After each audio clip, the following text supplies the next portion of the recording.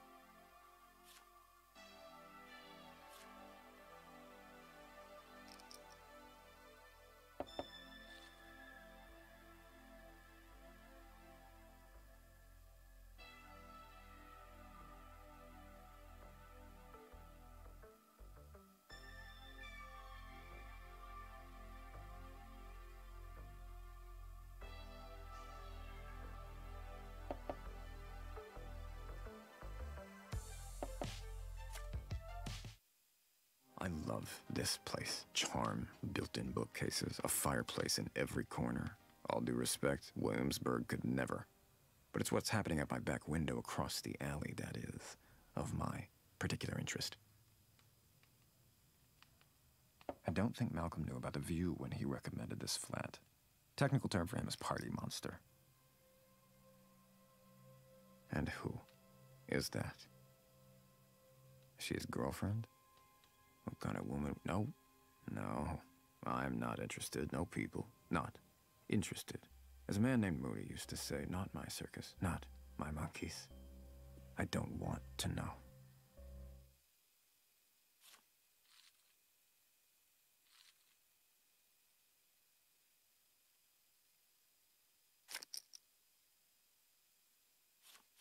I'm not gonna sugarcoat it. This is a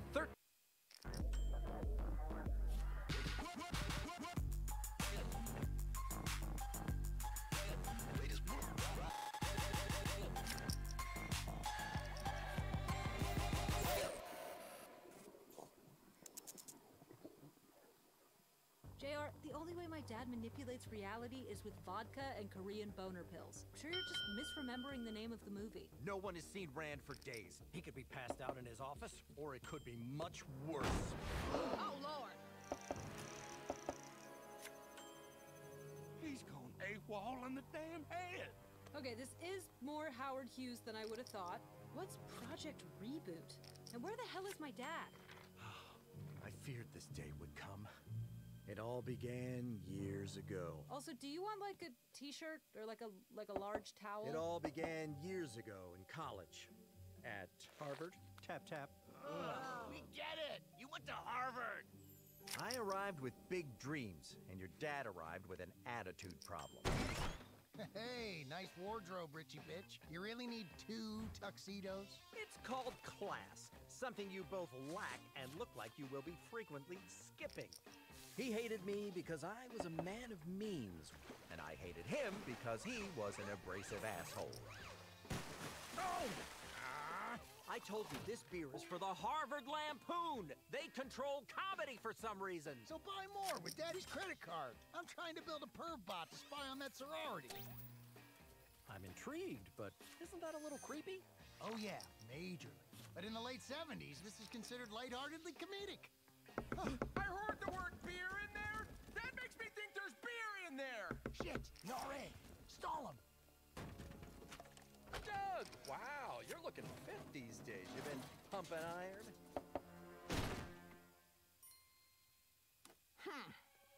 Although we hated each other, we realized when 2 people with enormous egos and really weird-shaped dicks join forces, anything is possible. We decided to go into business together. He was the idea guy, and I was the keep the idea guy out of jail guy. But what to invent? It needed to be something so big it would make us millions.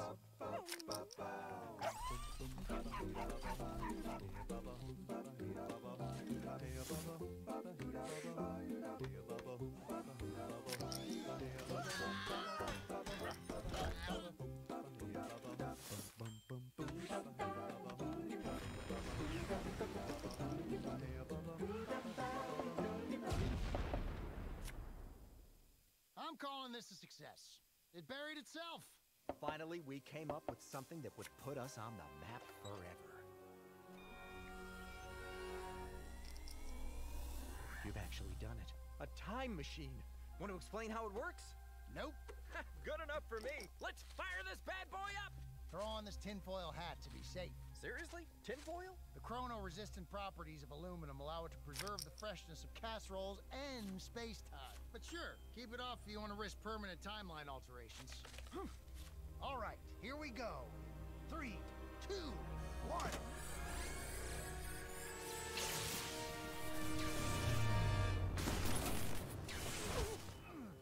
Did we travel back in time? Damn it, it's the same year, and the machine didn't do... Ah, shit! Your face is naked! Your horrible mustache is gone! What the hell? And there's only one moon!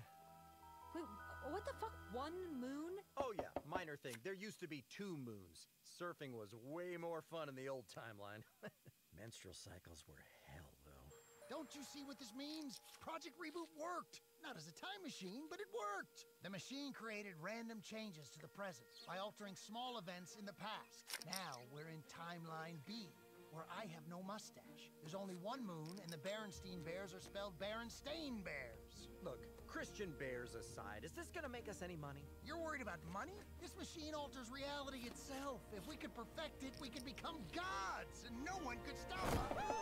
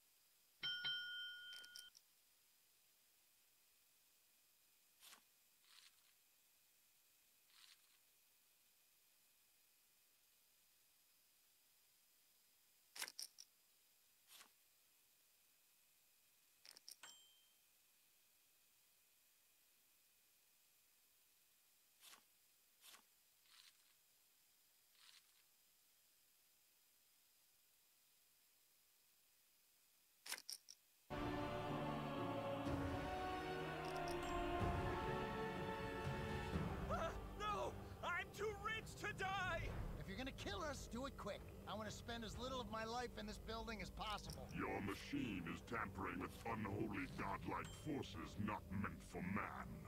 That's our job. Who the hell are you, Dorito-headed dipshits? We are the power behind all things, the true rulers of the world. But our ancient ways have gotten a bit out of date.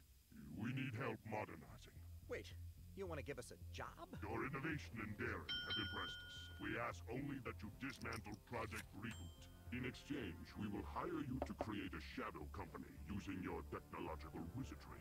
We will grant you the power to control the world on our behalf.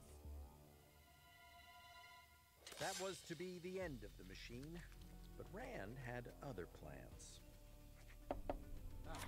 My old evidence-burying shovel. Tonight, we dance again. Rand, we don't know who these guys are, or the true extent of their powers. We should not go behind their backs and fuck with them. That's why we need this machine as an insurance policy. Trust me, you'll thank me one day.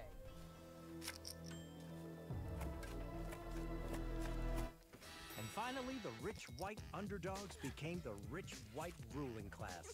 An inspirational story. And that was that. We ran cognito and eventually forgot all about Project Reboot. Until now. Rand must have started up the machine, and reality itself is in danger. Very Christopher Nolan, in that I don't understand it, and it gets worse the more questions you ask. Jesus, there is nothing my dad can't ruin. This is what you guys wanted, right? Vodka water coolers and cosmic annihilation? I told you guys he'd be the end of us all. But Rand is finally in charge of the company. Why would he choose now to go postular? The robes. He must be in danger of losing his job, and he's trying to get it back. What are you doing? Scanning our brains to preserve our current memories. I have a feeling things are about to get pretty convoluted. Everyone, take these tinfoil hats to protect yourself from timeline glitches. We gotta find Project Reboot and stop Rand from destroying reality. Hey, Alpha Beta, I got a job for you. Really? Am I part of the group now? We're gonna need a better way to track these timeline changes than giving each other face tattoos. Mike, Gigi, stop giving Andre face tattoos. But what about my forehead? Does it feel a little empty? What the shit happened to Andre? Rand must have used the machine again. We're now in timeline 1D, where Andre may or may not exist. Footballs are cube-shaped, and Brett's movie starred a whale, apparently. Shamuzam, we have to stop this madness! JR, fire up the van. We don't have much time before these glitches get worse. Oh, sorry. I haven't driven myself since the Carter administration. Are you gonna put on a shirt? Yeah, I was It's very distracting. Put it away. No. Shotgun! Also, we're listening to my podcast on the way. Okay. No response yet, but at least in this version of the apocalypse, we're still dating. Today we have on friend of the pod, Elon Musk, who I kidnapped and tied to a chair. Say hi, Elon. God, our banter's electric. Okay, according to JR's body that I'm still having confusing feelings about, this is where the machine is hidden with your dad. What are you doing? Turning you into a reality scanner. This is insulting, Reagan. I look like a Teletubby. No, you don't. Now we can use the power of your tummy screen Please don't call it that. and find out what happened to Andre. Look away. This might be gruesome. I freshly dropped out of college and stolen this robe. What does 2009 have in store for Andre Lee? Hello there, whippersnapper. Would you be interested in joining a covert shadow organization? Well, sure What? $1! I'm gonna buy a lotto ticket! Lemon? Lemon? Yes! Fuck yes! I'm a millionaire! Okay, so good. He won the lottery. Now he's America's favorite TV doctor. In my medical opinion, this guy's a freak! Let's party, bro! I thought I was gonna get medical advice. My life could not be any better right now. I would change nothing! Wow, Universe 1D is treating Andre right. The team will be relieved. Wait, maybe we should keep this to ourselves. These guys tend to get easily distracted. If they knew Andre was okay, they might flake out on the mission and start pursuing their own side plots. They wouldn't when the fate of the world is at... The fate of the world is at stake! So dramatic. The fate of the world is at stake! You want me to do that about Hey, can you hold on? I'm getting another call. The fate of the world is at stake! Where is everybody?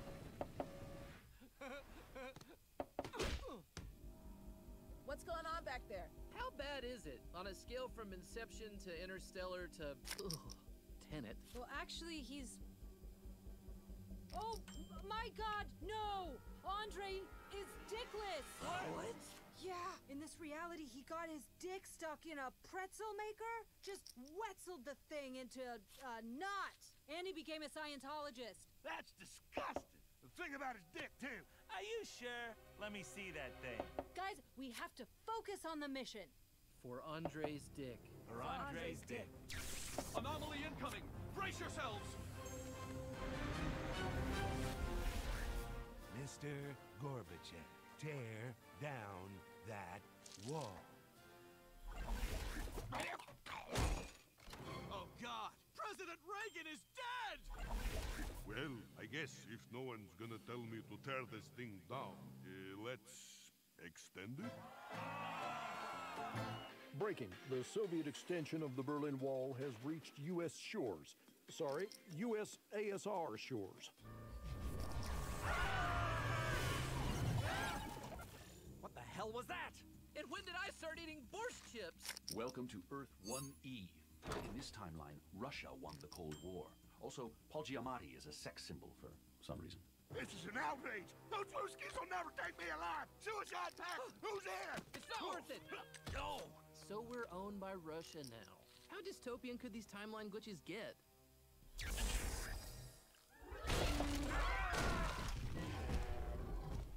Also, dinosaurs never went extinct.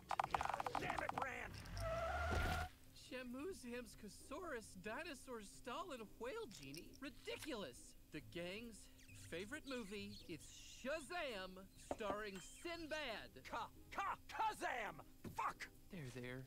You're safe now. I'm starting to hit my limit on wacky sci-fi bullshit. This mission better be worth... What the hell? Fellas, I'm sensing a classic Reagan screw job. I just saw Andre's face on a billboard and his dick looked fine. What? If anybody's gonna be famous in this timeline, it better be me.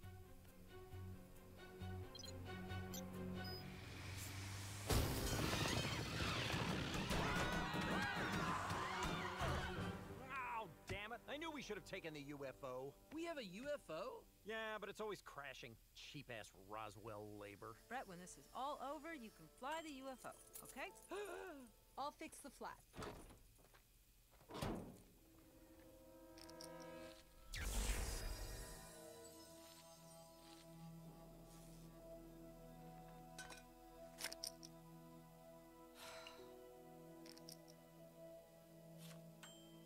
Hold on, Ron.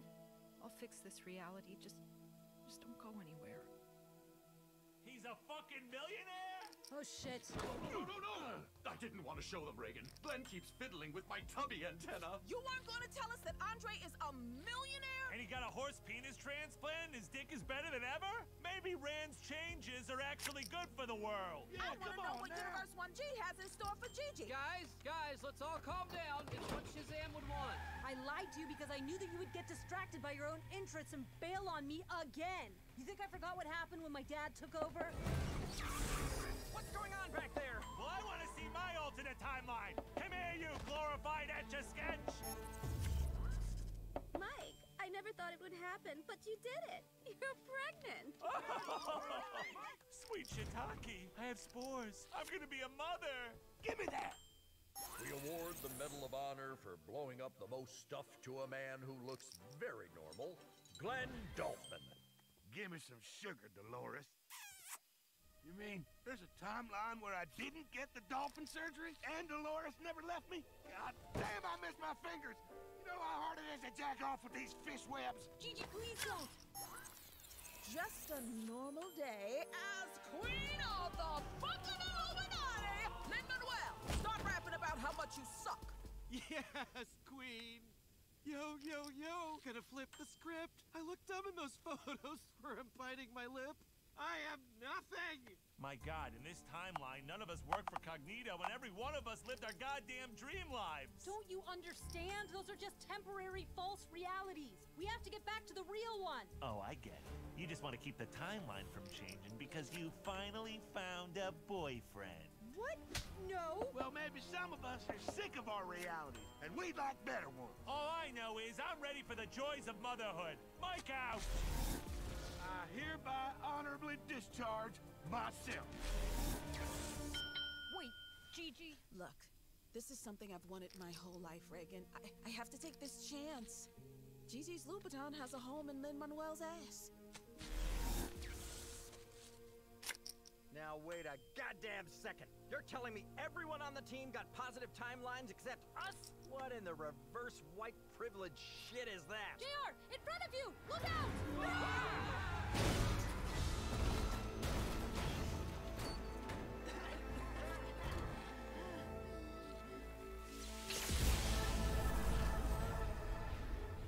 Reagan, I'll tend to JR. You complete the mission. Thanks, AB. You've been a real team player today. It was nice to finally have a team. Wait, you had those the whole time? I'm literally missing an arm. Again, such a good job today. Leave it to my dad to destroy reality just to keep his fucking job!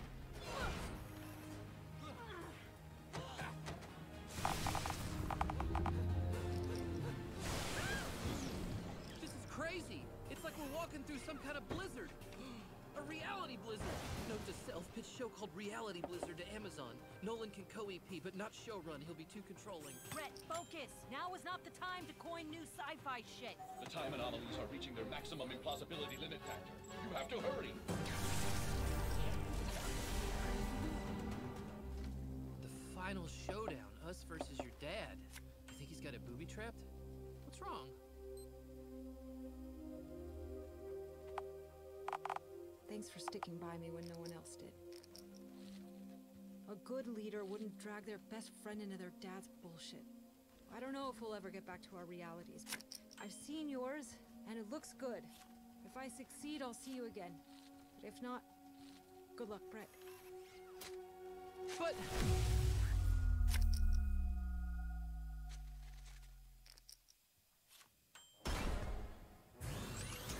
All right, asshole! You've messed with my life long enough!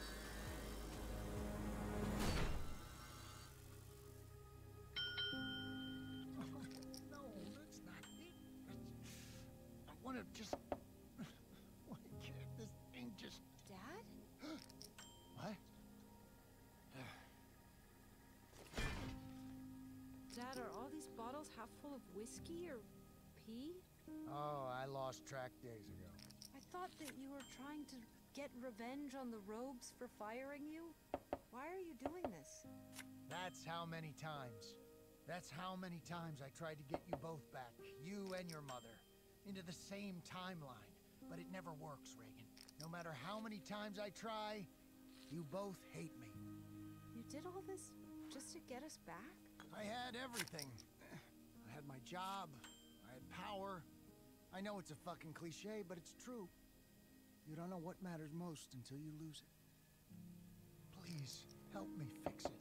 Help me get her here. Dad, this was never gonna work. You can't just hit a button over and over and expect a relationship to go back to the way it was.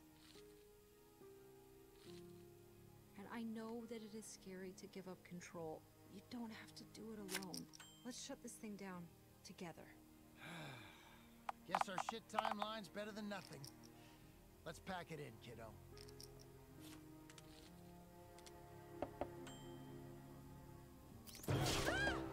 Reagan! So there you are, partner.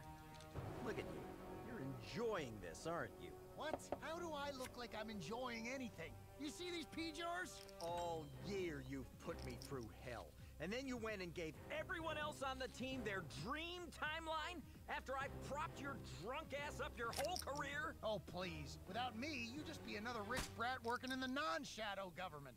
I've been taking your advice my whole life, and look what I have to show for it. I'm gonna get what's coming to me. The money, the house, the car, and I'm finally gonna get my humorous essays published in the goddamn Harvard Lampoon! JR, the machine is totally unpredictable! If you press that button, you can end up in hell! I'm willing to take that chance. JR, you are going to destroy the universe!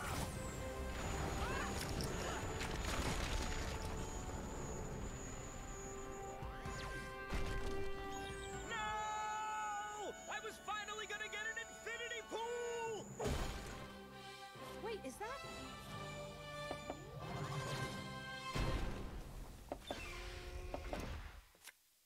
Brett, you came back! But how did you remember this reality? I made notes on my poster, and then that helped me remember that we had this. Oh, a poster.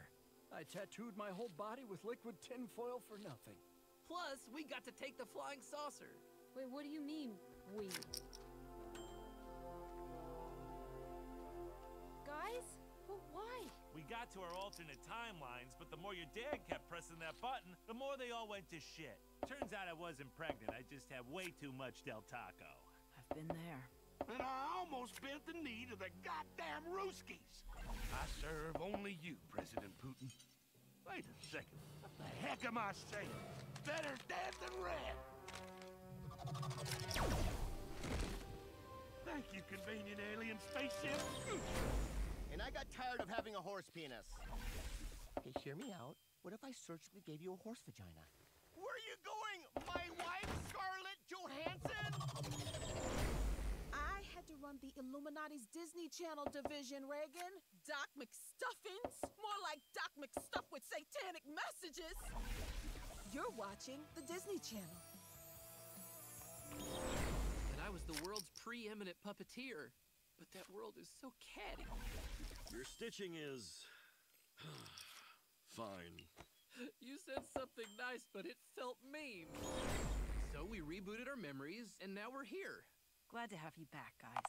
Glad to be back. Amen. I'll admit, I'm finally starting to like you guys.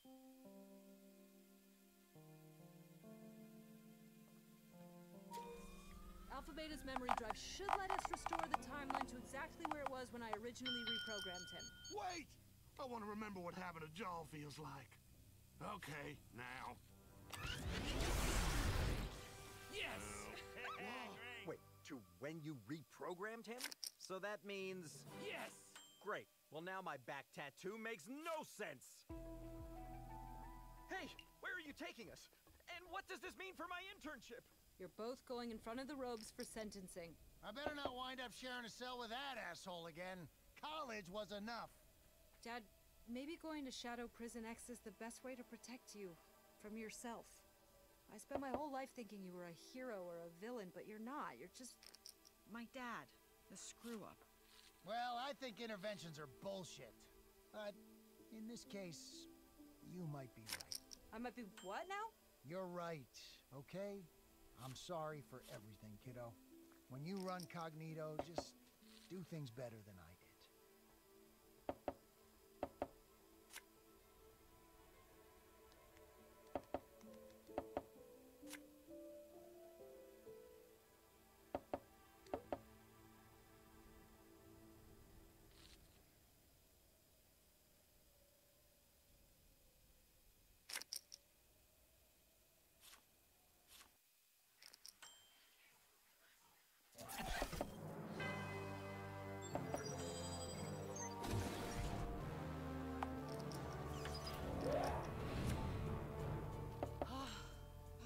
Dad, an evil boss in jail, reality restored, 0 hours of sleep. Ow! God, and a new catastrophic workplace injury. Thanks, JR. God, I hate this fucking... Welcome back, boss friend forever. Brett, did you do all this? Nah, dog. They did it on their own. Who'd have thought the best timeline was this one? Thank you, Reagan. You rescued me from a timeline where a teleporter turned me into Jeff Goldblum. I was trapped in a dystopia where Kennedy never got shot. It was awful. He ended up killing millions. And we had 3 faces. It was unnatural. We're just glad we don't have to listen to these guys anymore. Are these jumpsuits made out of fucking polyester? I already have crotch rash. Will you stop manhandling your crotch? Oh, like I didn't live all 4 years in our college dorm listening to your abusive relationship with your right hand. Hey, you two! Save the shaking for the death arena! Oh, yeah, the death arena. I hate that fucking arena. You earned this. You led Cognito through a gauntlet. And saved all these POWs! Prisoners of warped realities. Glenn coined that one. I'm a wordsmith! I don't know what to say, guys. It's your moment, pal. Enjoy it. Well,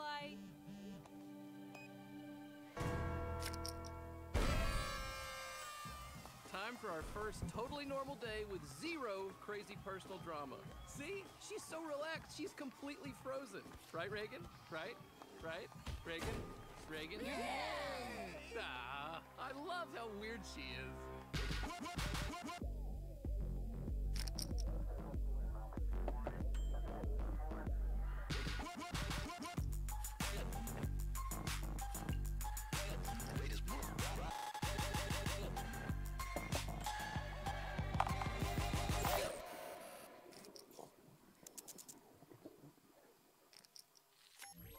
Reagan Ridley, on behalf of the Illuminati, I wish to thank you for doing what I never could, destroying your father.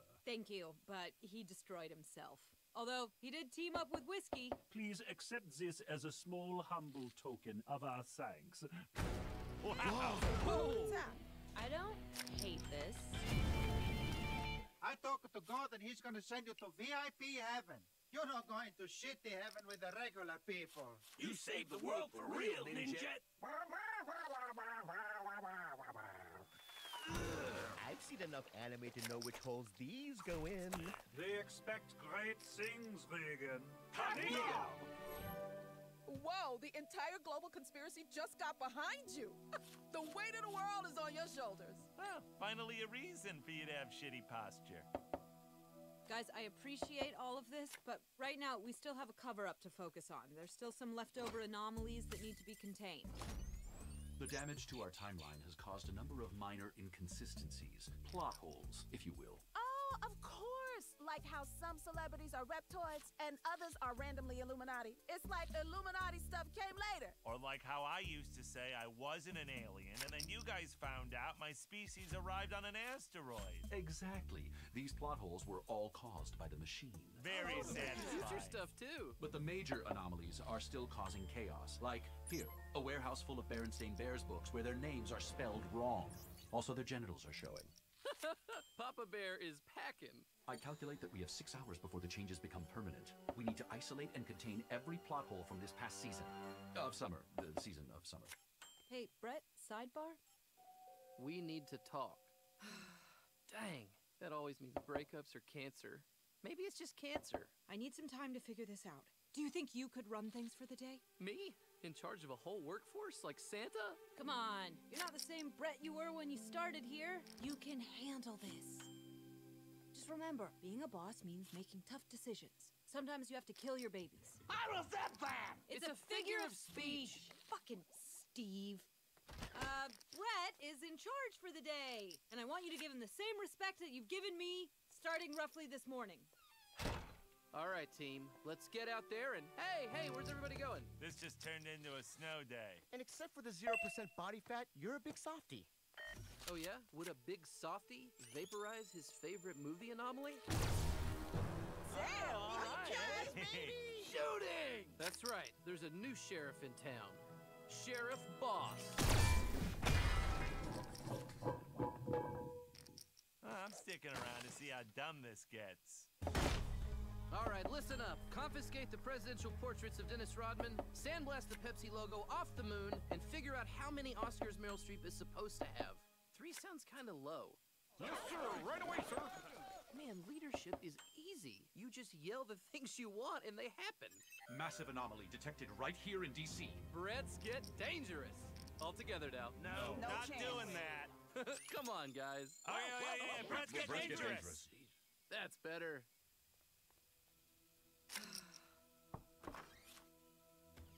Hey, the door was unlocked and... Oh, God. You're leaving? Reagan, I don't hear from you for days, and you're moving? I'm sorry. I needed time to think things over. Do you know how many times we've almost died since we met? Well, together or separately? Look, before you break up with me, I just want to say...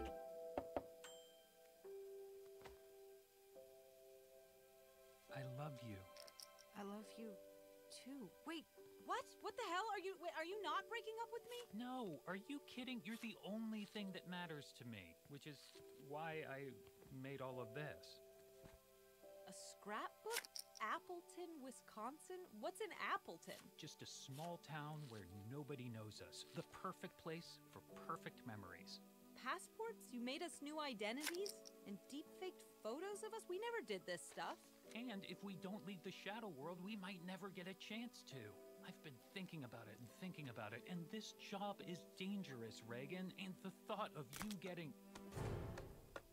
Why did your finger just fall off? Oh, this is just from getting shot by my intern during a dimension storm. This is what I mean. You're risking your life at that job, and for what? To do the bidding of the black robes? We don't even know who they are. Are they good, evil, even human?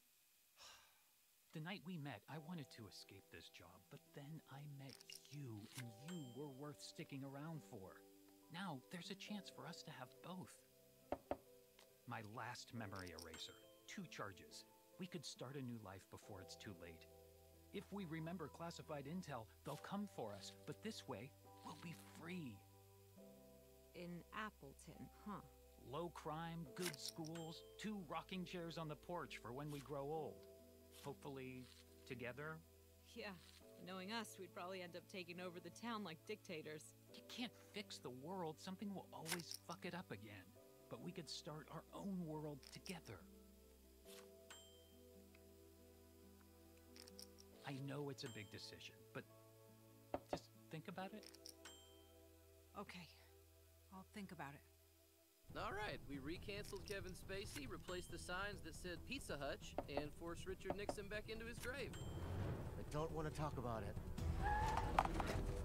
There's only one anomaly left, in this gym. Once we get rid of it, our timeline should stabilize. Now let's vaporize this puppy. Hello? Any Mandela effects in here? Oh, was that a swish? It sounded like nothing but net.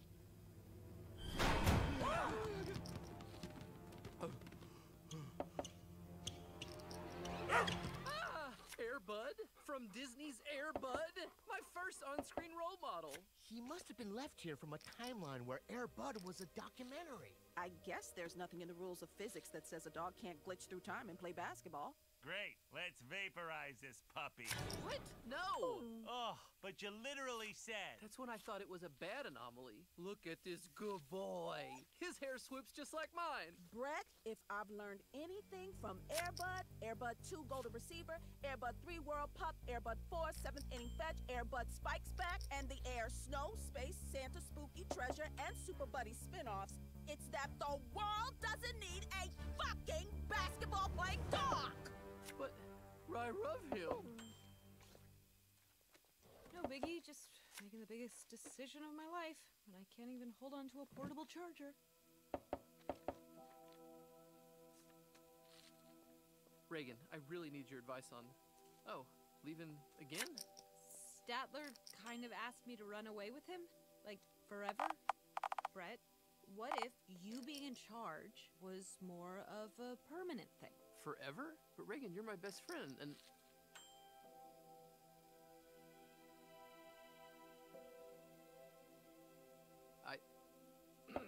And I got this. All I care about is that you're happy. Hey, what did you need my advice about? Nothing Sheriff Boss can't handle. Did you just hear a dog dunking? Drive safe, pal! Just gotta think it over. Job versus love. Job. Whoa! The hell? Our building doesn't even go that low, does it? Ah! No! I promised myself I wouldn't die at work!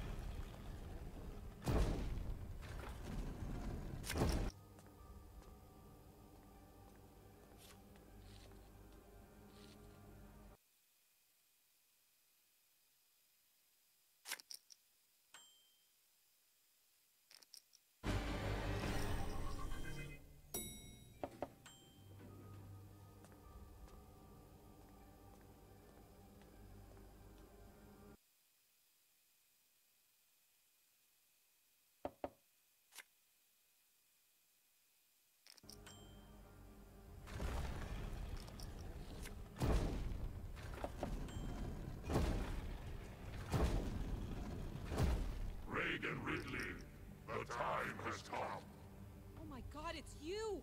The black robes! We have been watching you for some time. You and your father.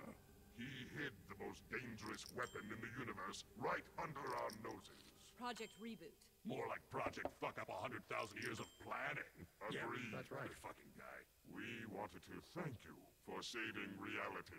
Wow, I'm honored. I mean, shadow honored, if that is the preferred term? That is the term. Yeah, yeah. Shadow honored. But what am I even doing here? Who are you guys?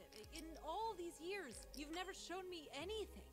Then what if we showed you everything?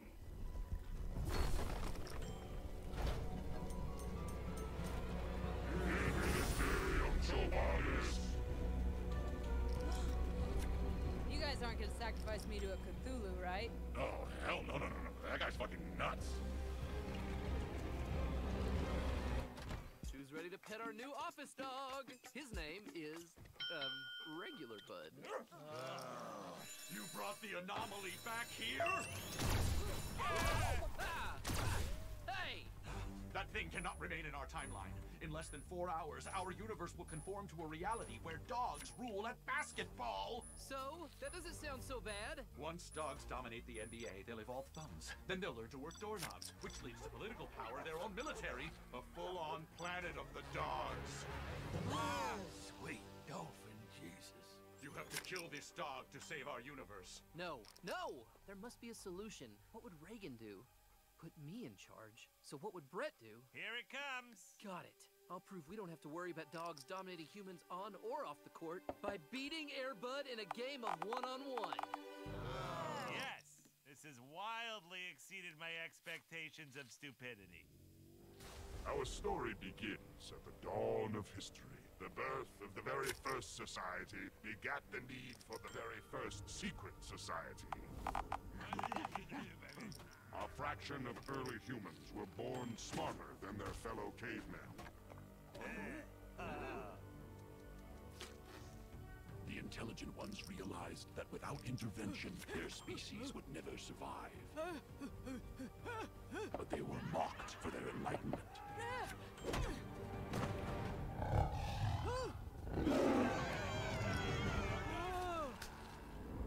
They realized humanity needed to be protected from itself. And if they would not listen to reason, perhaps they would listen to a higher power.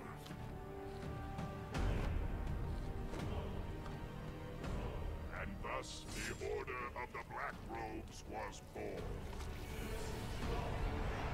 Operating from the shadows using secret knowledge, we and our descendants kept watch over all of human history. Well, not to point out the obvious, but fire, plague, actual fucking locusts? If you're watching over us, why didn't you stop these things? Stop them. We unleashed them.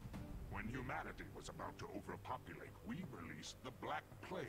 And in quarantine, Sir Isaac Newton discovered gravity. Stop them. Over Order of the Black Robe, perhaps secret. Yes, this has wildly exceeded my expectations of stupidity. Our story begins at the dawn of history. The birth of the very first society begat the need for the very first secret society. A fraction of early humans were born smarter than their fellow cavemen. The intelligent ones realized that without intervention, their species would never survive. But they were mocked for their enlightenment.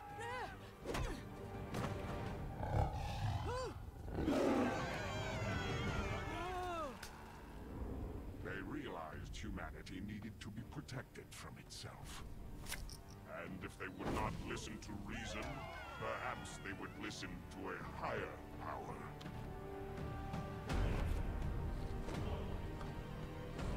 And thus, the Order of the Black Robes was born.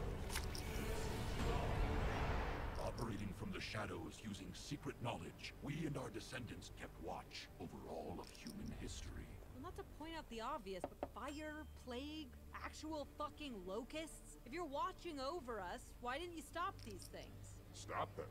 We unleashed them. When humanity was about to overpopulate, we released the Black Plague. And in quarantine, Sir Isaac Newton discovered gravity. Okay, what is the plan behind burning rainforests? Controlled fire to stop sentient trees from overthrowing humanity. Shit, really? Okay. The Titanic?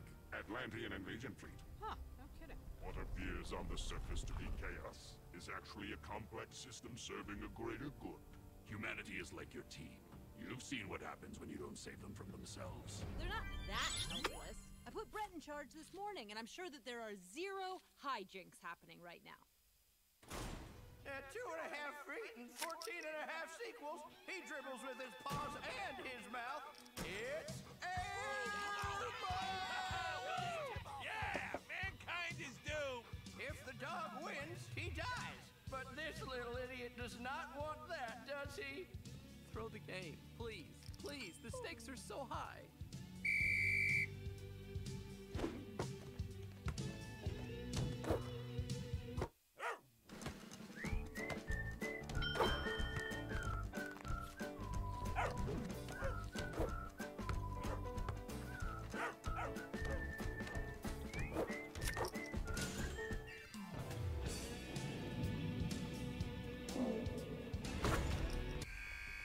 motherfucker!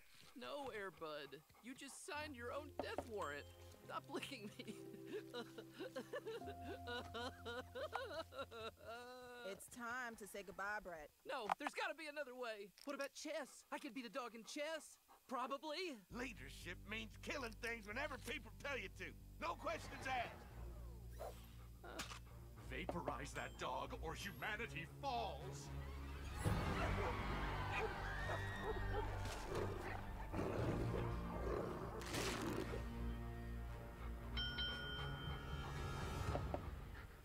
Fine, I'll do it. Can you just give us some privacy? No one else should have to see this. But enough about the past. Let's talk about the future. My inevitable takeover, Binder. You were in my office? Wait, do you know where my phone charger is? Here you go. What does this all mean? You were the obvious choice to replace JR, but your irrational attachment to your father held you back. Until now. We're not making you the new JR. You're making partner. Everything we know, you know. What do you think? I don't think any human is fit to govern humanity. But I could create an algorithm that could, completely unbiased, programmed to calculate the maximum benefit for every living thing. It's what I've always wanted to make for the office, but I could make it for the entire world! Shit. All right, yes. When could you start? Shit, really? Think of how much good you could do as the most powerful human on Earth.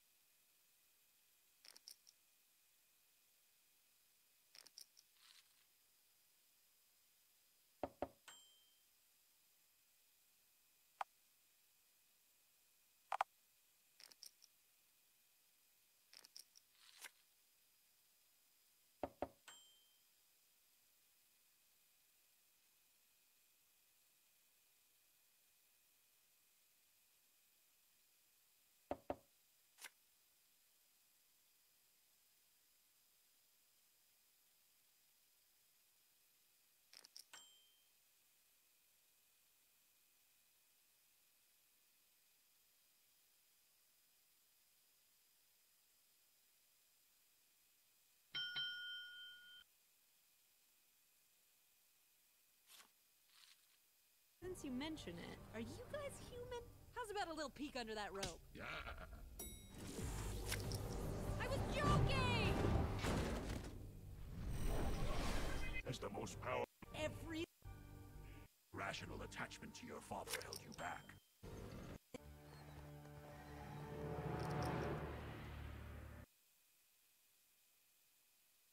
But enough about the past. Let's talk about the future. My inevitable takeover, Binder. You were in my office? Wait, do you know where my phone charger is? Here you go. What does this all mean?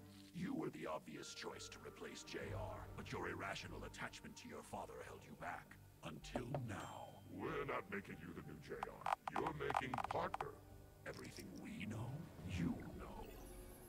What do you think? I don't think any human is fit to govern humanity. But I could create an algorithm that could, completely unbiased, programmed to calculate the maximum benefit for every living thing. It's what I've always wanted to make for the office, but I could make it for the entire world. Shit. All right.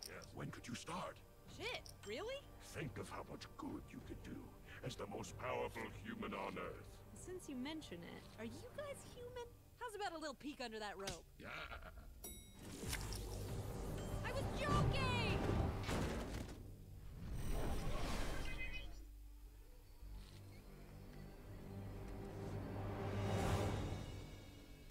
Fuck. So you have to choose between true love or a chance at world domination. Ah, the classic will she, won't she? There's gotta be a solution where Statler and I can be happy without giving up my work. Follow me. There. I've connected the reality scanner to the hollow chamber and narrowed it down to timelines where you, quote, have it all. Now you can search through every conceivable outcome and see them for yourself. Here's a reality where you and Statler teach improv classes to convicted felons. Yes! And?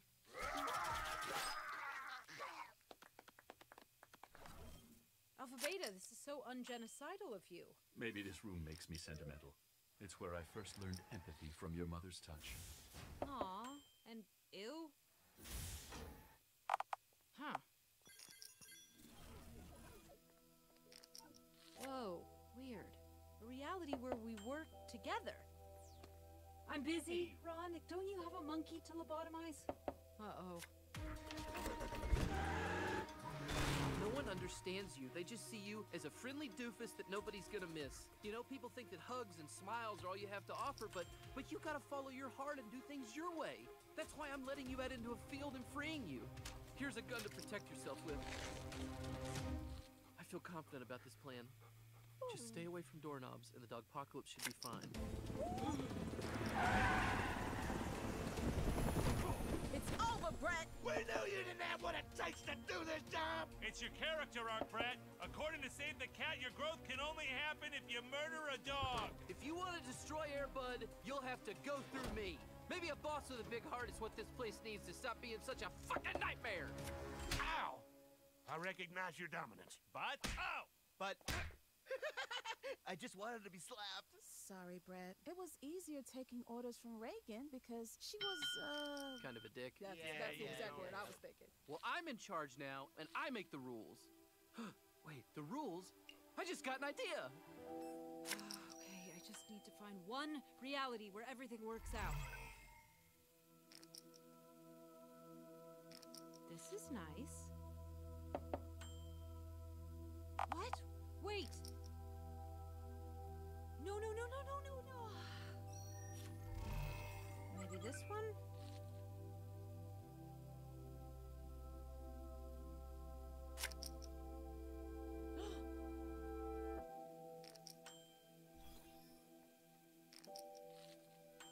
Run! No!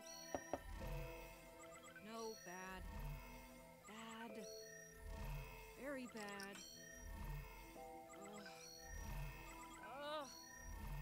No, this is hopeless. There has to be at least one reality where we're happy.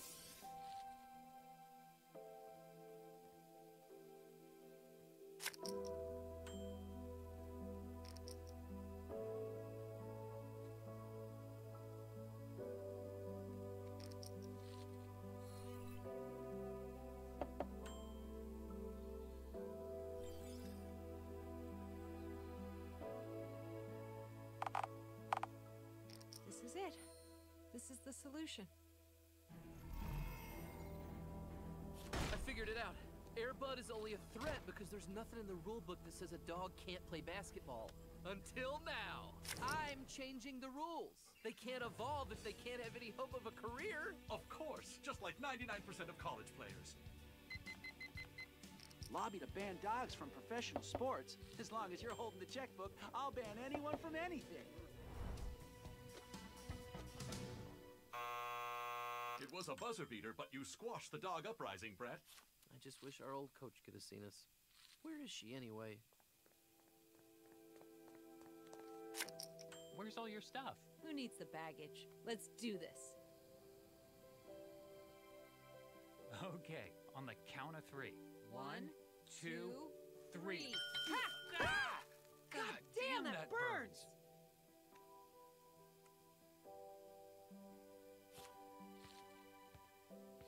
Okay, remember, after I zap myself, you have a 60-second window of suggestibility to read me the script. I love you. I love you back. I can't wait to finally be able to sleep at night.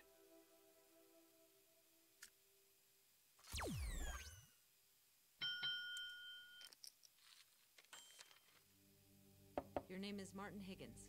You live just outside Appleton, Wisconsin. You had a hard time for a long time, but you did something brave. You took a chance on a new life because you realized that you deserved one. I searched 1,000 lifetimes for the one that would make you happiest. And you'll find it one day. Just without me.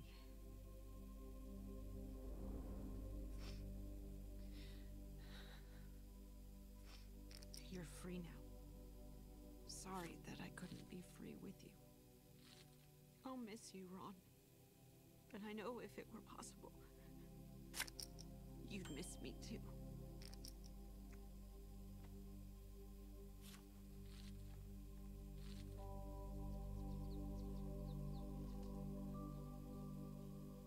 All right, Reagan. You made your choice.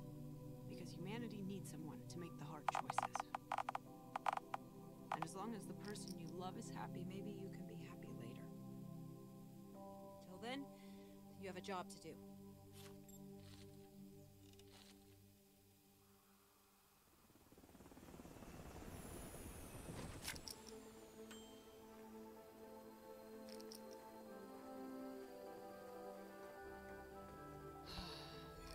You've considered our offer, then? I accept.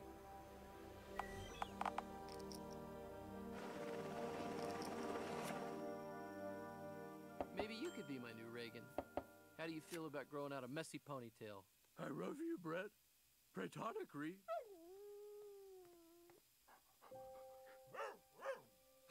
Reagan! Okay, down, boy. You're back. I found a solution.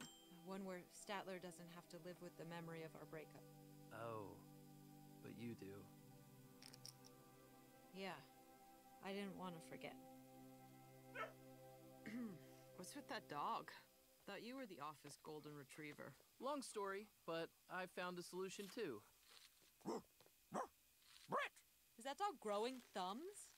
Probably fine. Huh, well, that's what we do here, right? Solve unsolvable problems. Oh, and the robes are making me partner. What? Yeah, we're finally gonna find out everything. No more secrets. It is done. The pact is sealed. It's time to begin Project X-37. You really don't think Reagan will see this coming? How could she? She's only human.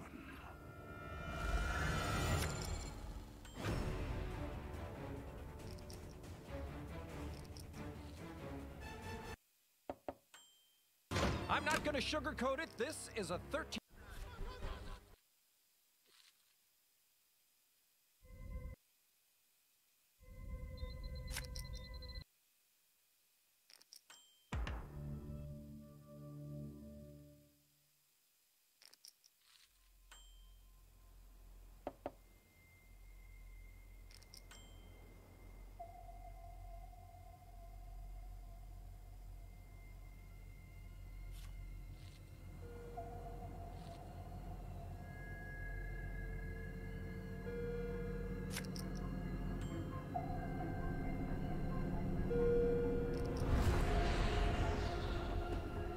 Is it possible for an airline to disappear out of thin air?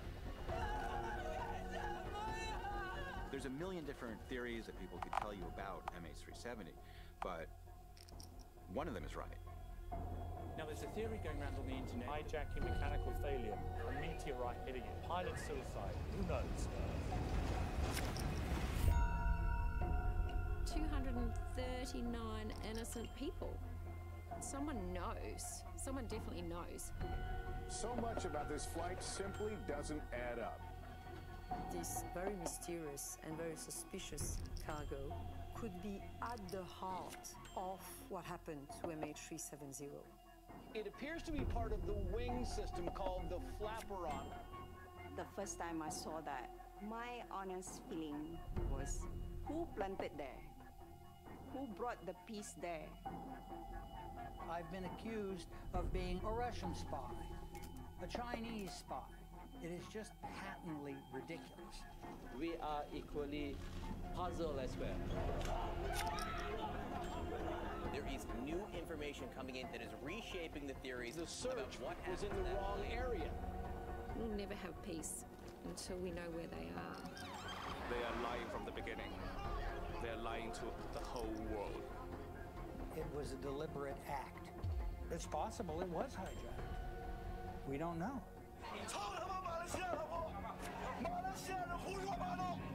I have the real evidence.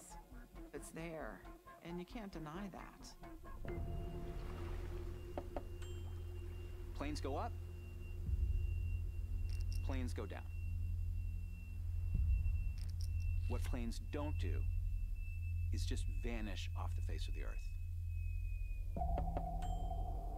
We don't have the answers here. This is one of the great mysteries in aviation history.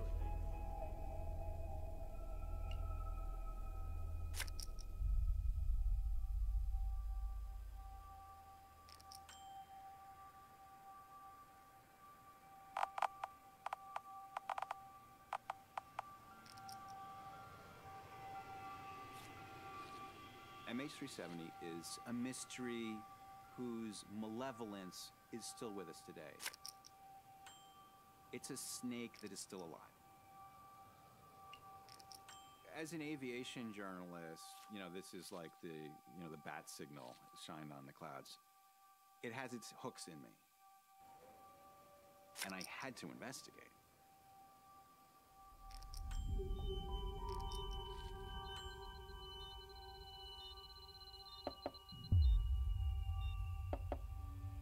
So the flight was a red-eye from Kuala Lumpur to Beijing. The plane was going to take off around midnight and fly through the night and arrive in Beijing around dawn.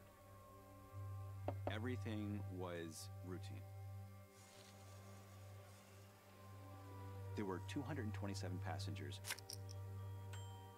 and 12 crew.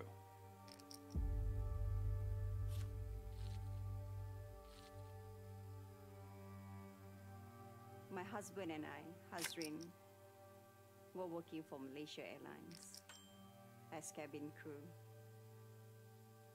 We have one daughter, and I was heavily pregnant, so I was not working. He was rostered for Beijing, and it was winter. I still remember he packed his fluffy jacket in his bag.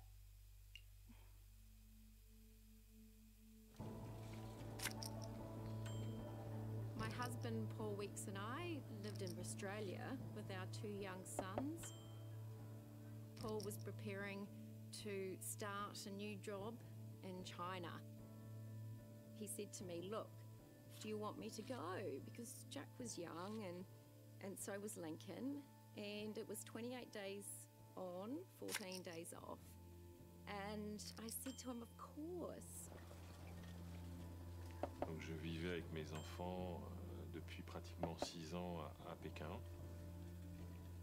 Et c'était les vacances scolaires de mes enfants qui étaient partis en Malaisie. Et moi je devais les rejoindre à Pékin, passer la 2e semaine de vacances avec eux. En fait, la veille, j'avais conversé avec ma femme et tout allait bien. Et ils étaient très contents qu'on se retrouve. Et en fait, il y a eu un message de ma fille. Je suis à l'aéroport de Kuala Lumpur, mais je suis super contente parce que je vais revoir mon papa.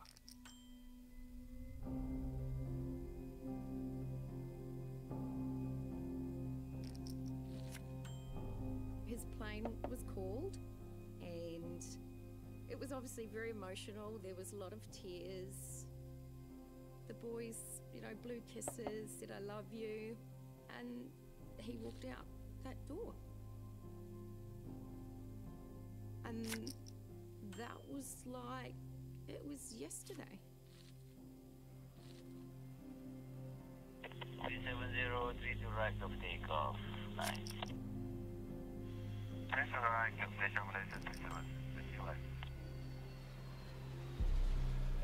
Hasrin called me before the plane takeoff. Last thing he said was, "I love you."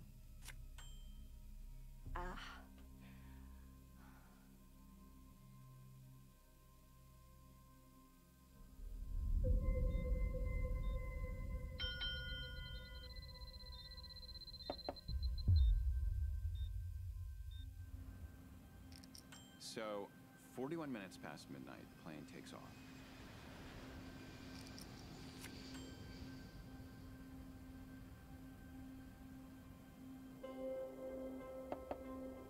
It's a clear night, everything's very calm. It climbs to cruising altitude and heads out over the South China Sea. It's 370, maintaining level 350. Shortly after 1 o'clock in the morning is when things start to get strange. The plane is about to leave Malaysian airspace. They're going to be handed over to the next set of air traffic controllers who are in Vietnam. So, the plane is about to leave Malaysian airspace and head. It's a clear night, everything's very calm. It climbs to cruising altitude and heads out over the South China Sea. It's 370, maintaining level 350. Shortly after 1 o'clock in the morning is when things start to get strange. The plane is about to leave Malaysian airspace. They're going to be handed over to the next set of air traffic controllers who are in Vietnam. So, the Malaysians said, Malaysian 370, contact Ho Chi Minh 120.9. As the plane approaches the limits of Malaysian airspace, the captain of the flight, Zahari Ahmad Shah, gets on the radio and says, Good night, Malaysian 370.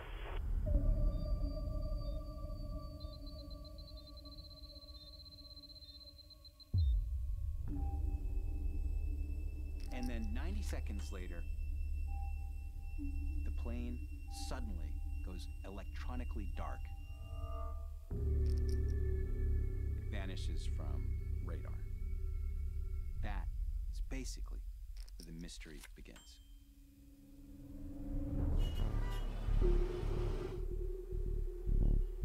I was awakened by a phone call at 2:20 in the morning. I was told that flight MH370 is missing from our system. We knew this is very, very unusual, extremely unusual. When I arrived at the Emergency Operations Center,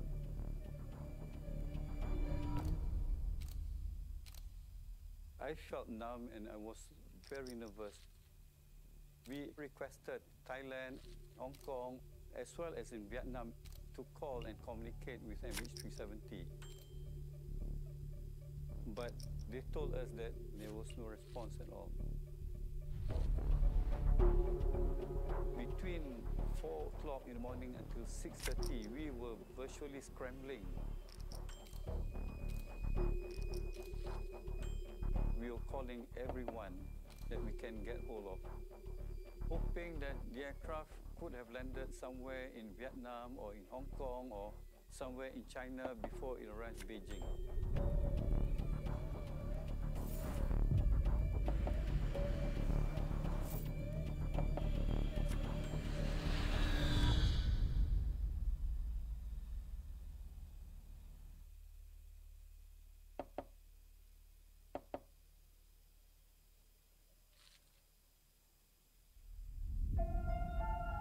As the time grows nearer to 6:30 a.m.,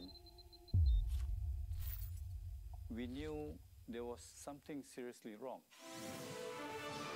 And we have breaking news right now. Malaysia Airlines confirms it has lost contact with a plane carrying 227 passengers and 12 6:30 in the crew morning members. local time in Beijing. At this stage, very sketchy details. Just to remind you of what we're finding out. The flight number is MH370. It was démarre ce journal avec le crash probable d'un avion. Con la que se perdió el contacto se encontraban. The Boeing 77 seems to have vanished into thin air. This was absolutely my worst nightmare.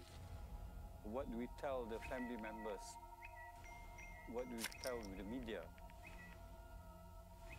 I was already getting calls from several media, including CNN. On the phone with us now is the Malaysian Airlines Vice President of Operations. Mr. Sharuji, I appreciate you being with us. What's the latest you can tell us about this aircraft? Okay, the aircraft has got about 7 hours of fuel, and we suspect that by 8:30 this aircraft would have run out of fuel. At the moment, we have got no idea where this aircraft is right now.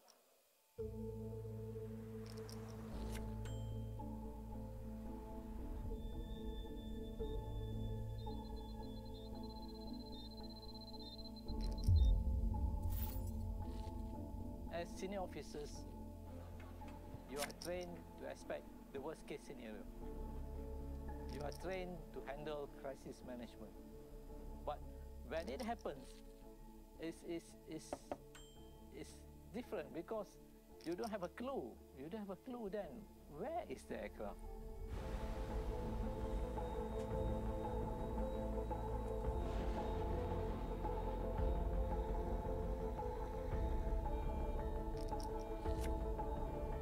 Early in the morning of the 8th, the search and rescue have been activated. The standard operating procedures is to go to the location where we lost the aircraft on the radar screen. We got calls saying that personnel from one of the oil rigs in the South China Sea sighted an explosion as if an aircraft that crashed into the sea.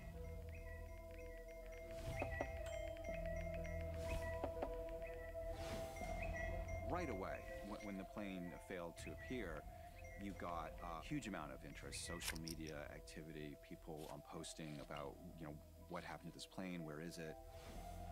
We received so many reports from the social media. One claimed that the aircraft was hijacked. Another said that the aircraft crashed in the jungles of Java. At that time, we had to take all information as possible truth, because we do not know whether they are true or not. Vietnamese Air Force planes have apparently spotted 2 large oil slicks in the area off the southern tip of Vietnam. Each of those slicks apparently about 6 miles wide. Our time and effort was consumed in trying to validate this information. Cathay Pacific pilot reported seeing large, solid debris in the ocean during a flight from Hong Kong to Kuala Lumpur. Of course, the families want to know what happened to their loved ones. Are they alive? Are they dead? And we have no answers. We do know another pilot contacted Flight 370 just before it disappeared.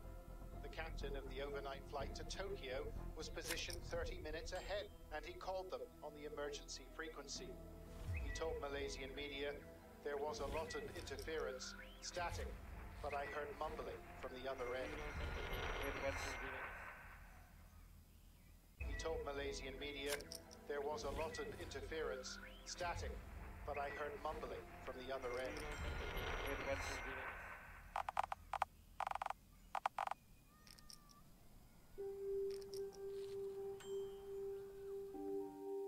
It was Saturday morning, and Paul had sent an email from the airport titled "Miss You Already."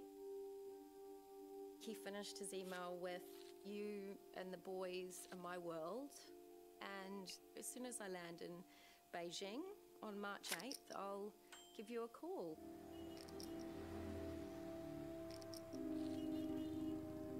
I was just at home.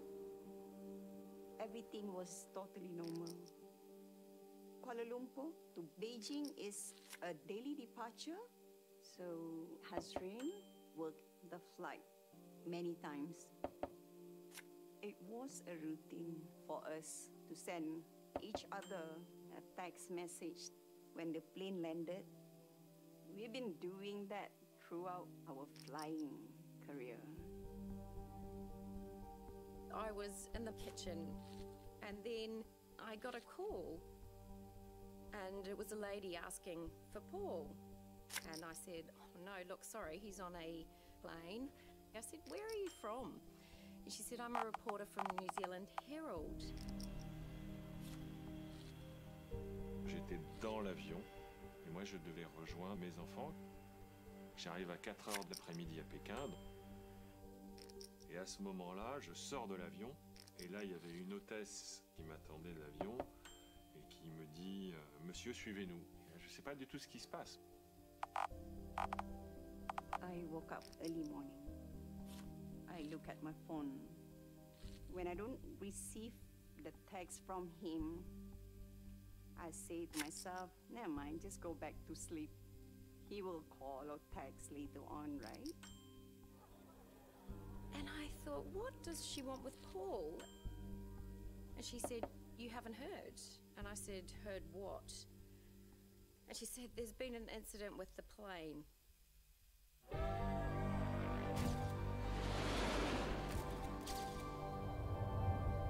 See you tomorrow morning. Papa miss you too. I love you. Malaysia 370.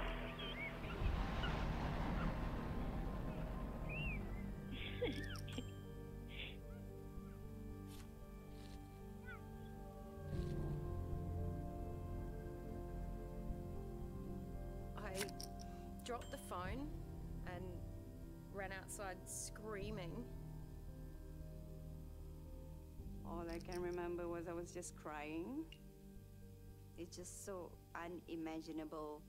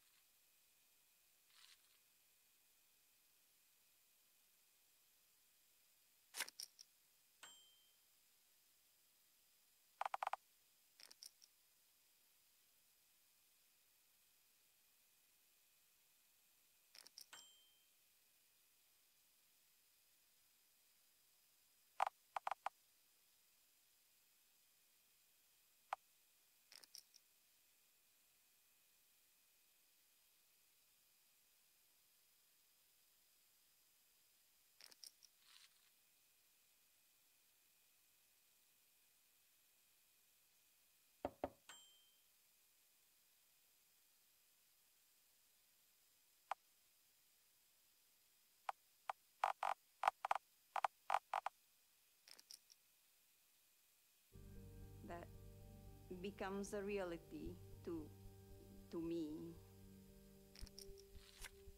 Bah là, tout d'un coup, le monde s'arrête, quoi. Tout d'un coup, ils disent, mais c'est pas possible, c'est un cauchemar, réveillez-moi. Je dis, mais vous êtes sûr? Et à ce moment-là, ils vous disent, non, on est sûr de rien. Well, Adnan, I'm at Terminal 3 at the moment. You would expect there to be a lot of people here waiting for... Friends and relatives in Beijing were sent to a city center hotel to wait for news. 我们就希望中国政府赶快派搜救队，因为越南人真的没有什么能力。We are working with authorities who have activated the search and rescue team to locate the aircraft. Our team is currently calling the next of kin of passengers and crew. 谢谢大家。 Moi, je suis le dernier des familles à arriver.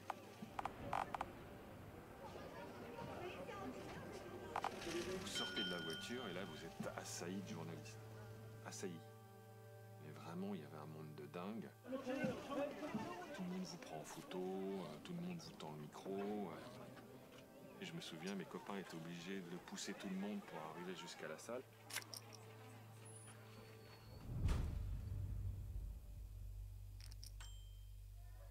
Les copains étaient obligés de pousser tout le monde pour arriver jusqu'à la salle. Tout le monde vous prend en photo, tout le monde vous tend le micro. Et je me souviens, mes copains étaient obligés de pousser tout le monde pour arriver jusqu'à la salle.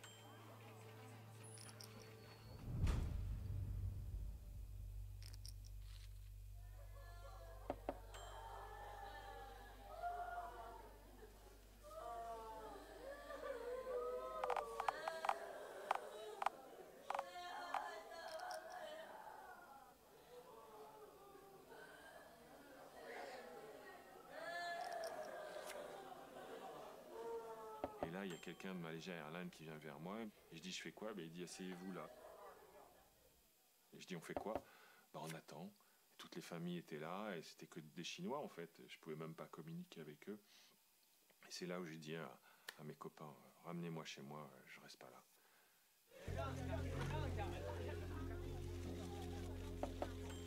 Here in Beijing, hundreds of family members and friends of the passengers on board have gathered in the hotel. They're growing increasingly frustrated by the lack of information about their loved ones. 整个房间充满了这个各种的这个哭声、喊声，家属呢就很多家属就会只能在楼道里边，靠着墙站着，靠着墙蹲着。 坐在地下的，现在回想起来，那个房间我比喻成这个人间的地狱都不为过。 Some relatives of the missing passengers say they've called their loved ones' cell phones, and instead of going straight to voicemail, the phones continue to ring. 突然有一个。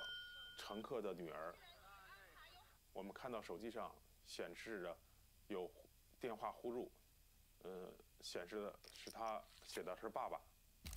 他说：“我该怎么办？我该怎么办？”也对他喊道：“你赶紧接电话呀！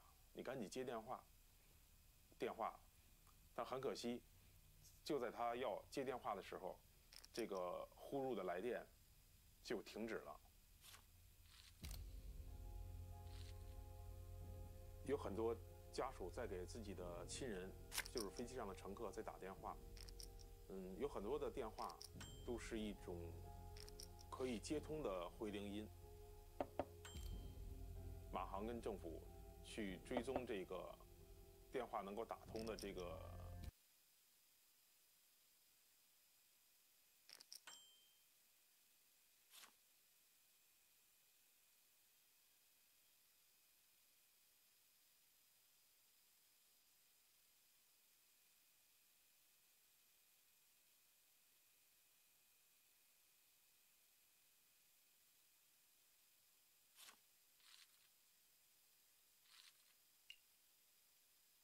线索，但是2年中的答复都是相同的，再也没有能力去追索了。我们家属都感到非常的不理解，是很重要的、直接的，能够找到乘客、找到飞机的一种方法。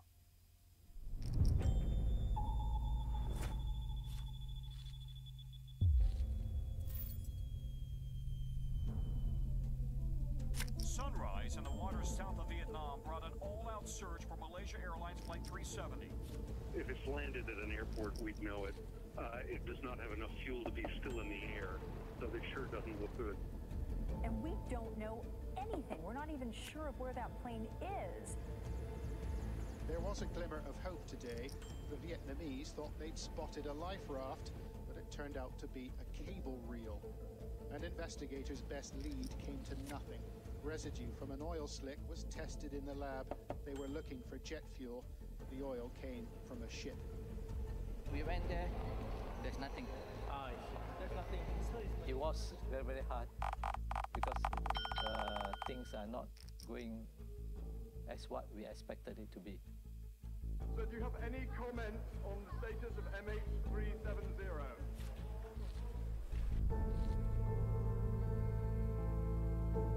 There was just this tremendous interest from around the world. What happened to this plane? Where is it? I mean, it had to be explored, had to be investigated. And so I wound up spending countless hours to try to really understand what happened to this plane. An immediate focus of attention was the question of communications and why and how they'd been lost.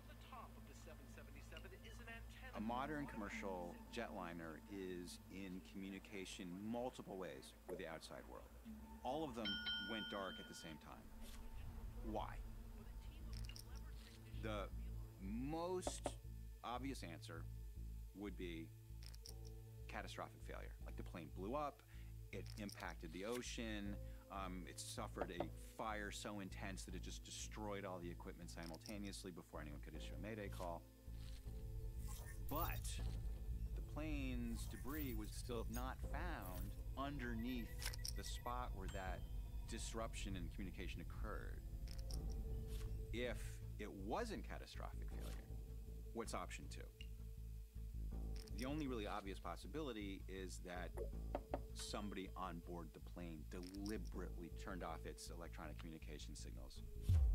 And if that's the case, the question is who? Obvious possibility, debris was still not found underneath the spot where that disruption in communication occurred. If it wasn't catastrophic failure, what's option two? The only really obvious possibility is that somebody on board the plane deliberately turned off its electronic communication signals. And if that's the case, the question is who?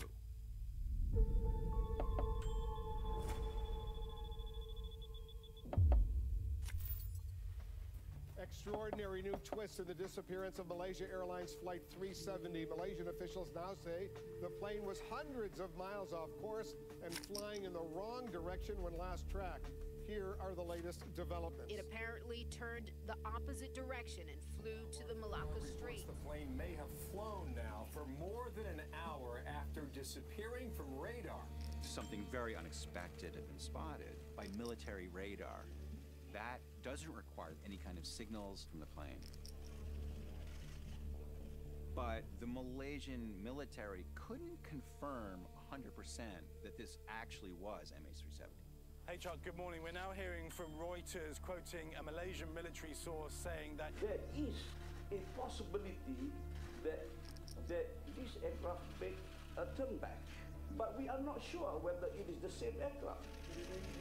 Military radars can't say particularly that this was even Flight 370. It can't even tell you what kind of aircraft it is, whether it's a helicopter or an airplane. It just says there's a target out there, here it is, but it doesn't give you altitude or airspeed. So now, is it possible that far from crashing,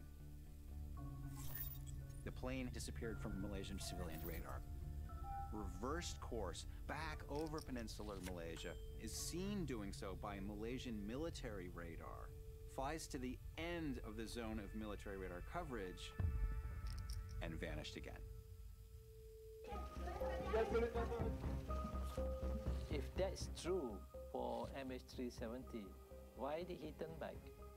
Why don't he call us? You know, what is he trying to do?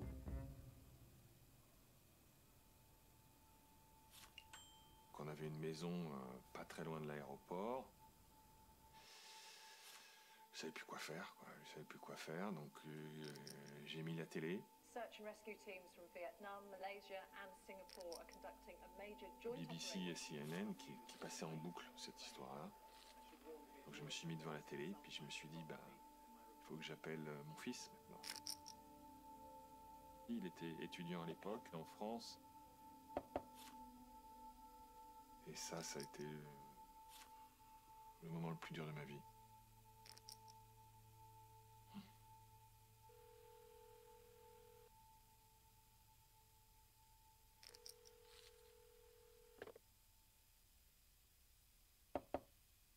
Première chose qu'il m'a dit, je lui ai rien dit, la première chose qu'il m'a dit, c'est « Papa, dis-moi qu'ils sont pas dans l'avion. » J'ai dit si. Et voilà. Et j'ai entendu un cri. Voilà.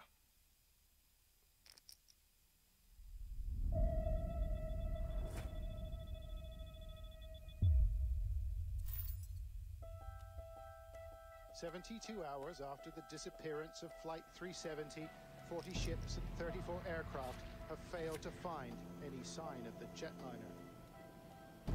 So at this point, there's people searching in the Andaman Sea, and at the same time, they're still searching in the South China Sea. The state of confusion was so profound. I mean, it's farcical. It's impossible that the plane could be both of these places. Where's the focus of your search right now? Can you confirm if the plane has turned back? You're searching east, you're searching west. This is utter confusion now. I don't think so. It is overwhelming. The clicking noise of all the camera, click, click, click, click. They keep asking where, why you are looking at the wrong place. As far as we are concerned, we are equally puzzled as well. Do you feel like we are getting the whole story? I mean, is it possible that some information is being held back at this point? One day you say this, the next day the reporters say that. Who to believe? What to believe?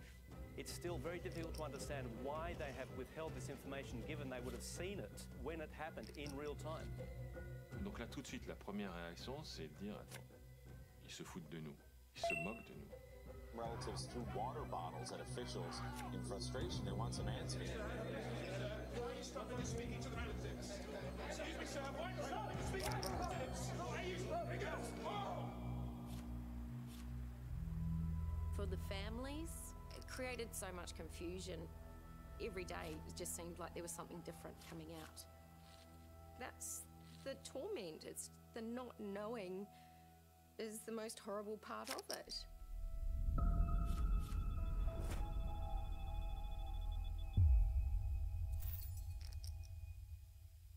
Turning now to new developments in a search that's both unbelievable and unprecedented in modern times. We're now entering a fourth day with not a single sign of that massive Boeing 777. So 4 days in, the case is just obviously strange and getting stranger. I'm trying to wrestle with the more technical aspects of the case, and I'm writing about it on my personal blog. And as I'm writing about this stuff, people are joining the conversation in the comment section, and we're sort of running a parallel investigation almost. And I got one comment from a guy named Airland Seaman who was in enormous detail. Like, I couldn't even understand fully what he was saying, but this guy clearly knew what he was talking about.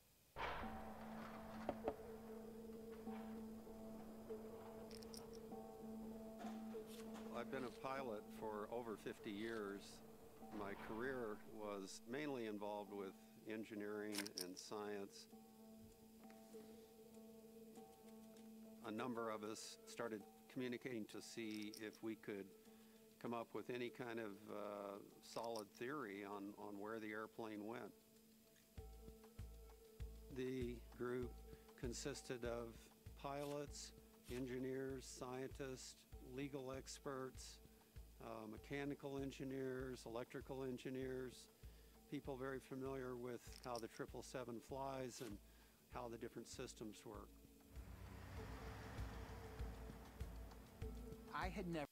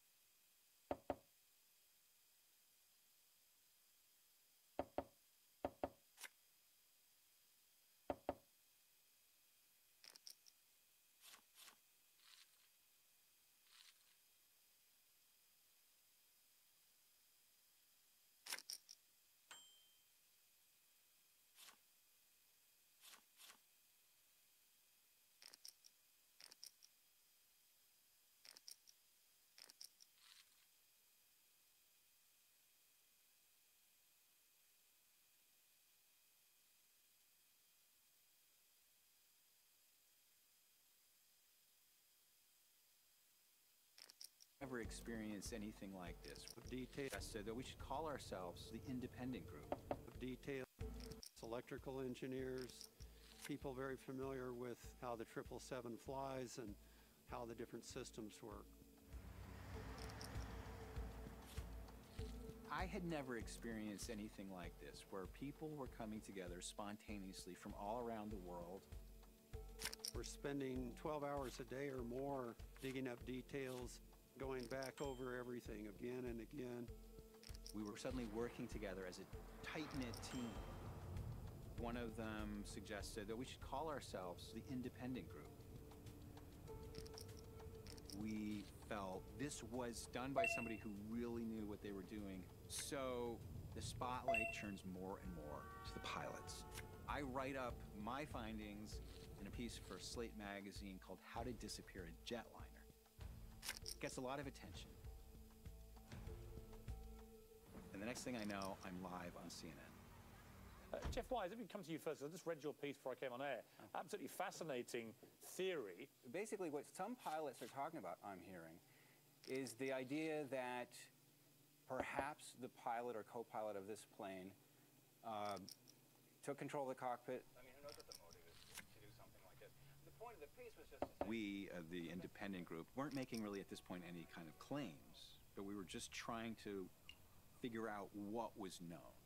Because if you wanted to know about MH370, which so many people did, you weren't getting it from the Malaysian authorities. But we weren't the only group out there. There was another tribe called the Tom Nodders. As multiple countries and crews search for that missing Malaysian Airlines plane, so can you too, using your very own computer. Here's how it works. They're inviting anyone to go onto their platform called TomNod to view the high-res pictures of the area where the Malaysia Airlines jet might have gone down.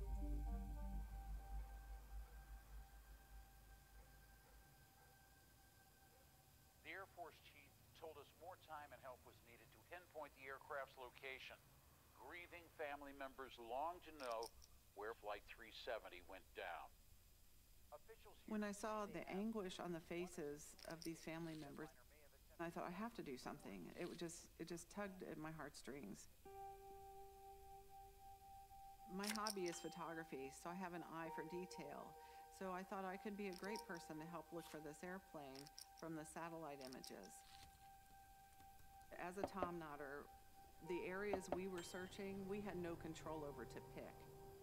And so I was handed the area pretty close to where the airplane first disappeared from radar in the South China Sea. The satellite images were empty. It was just the blackness of the sea. Then you press next. More black scans. So much black.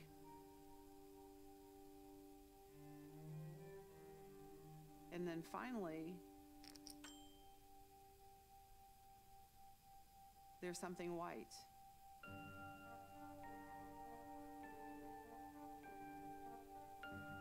I pulled the schematics off the internet for B777. And I was able to identify this piece as the nose cone. And that's when I started saying to myself, holy crap, there's a piece of debris. You know, there's the airplane.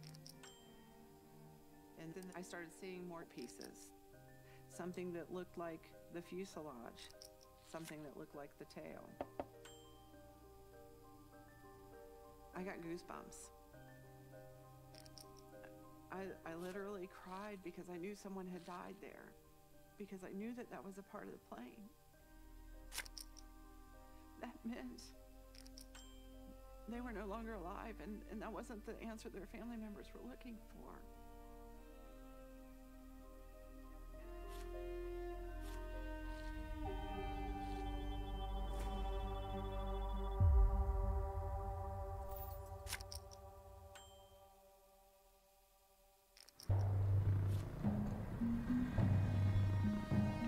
This is the most security that we've seen so far. They're obviously here to protect the Prime Minister. Mr. Prime Minister, what's from American journalism? On the 15th of March, I received a call from Malaysian Airlines to say that there's going to be an announcement from the Malaysian Prime Minister.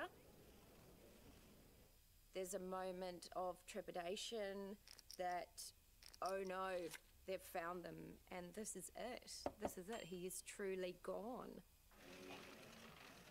Today, based on new satellite communication, we can confirm MH370 did indeed turn back over Peninsular Malaysia before turning northwest.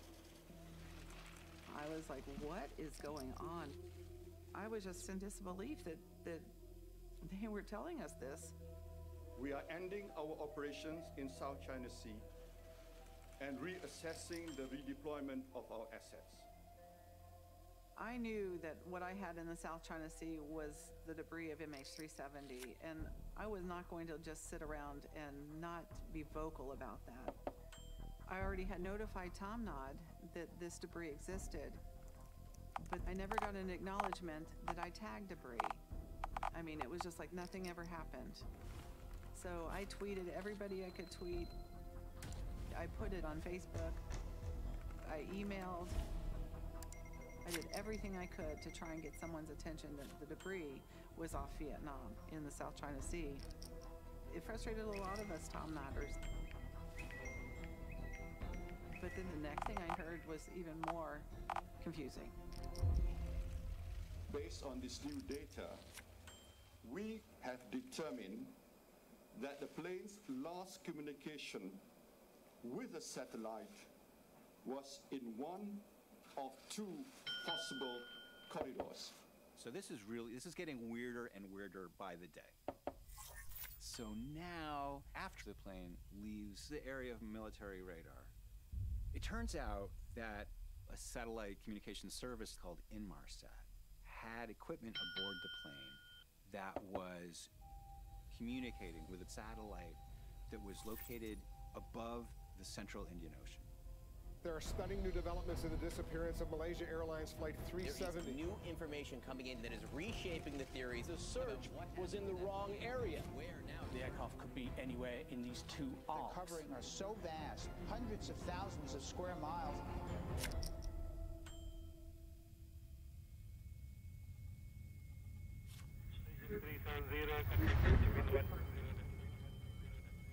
When a plane is out over the open ocean, the only way it can communicate by radio is by transmitting a signal up to a satellite.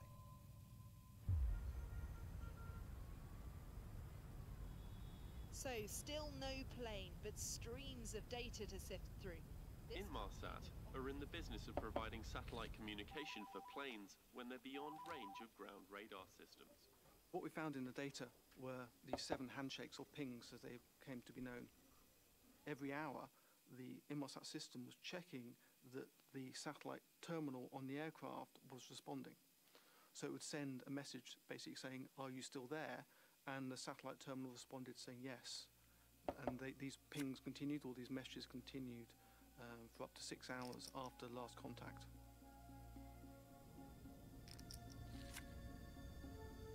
There was a deep sense of shock, and we weren't expecting to see the aircraft appeared still to be flying.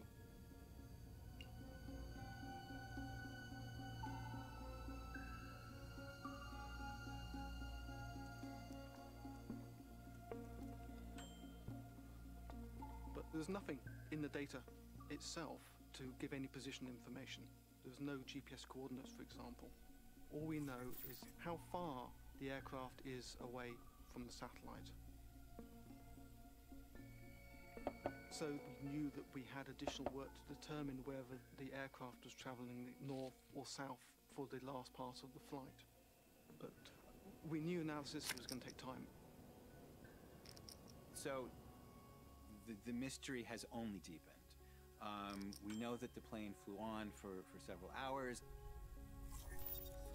One of the routes went south and ended up in the remote southern Indian Ocean. The other one went north into Central Asia.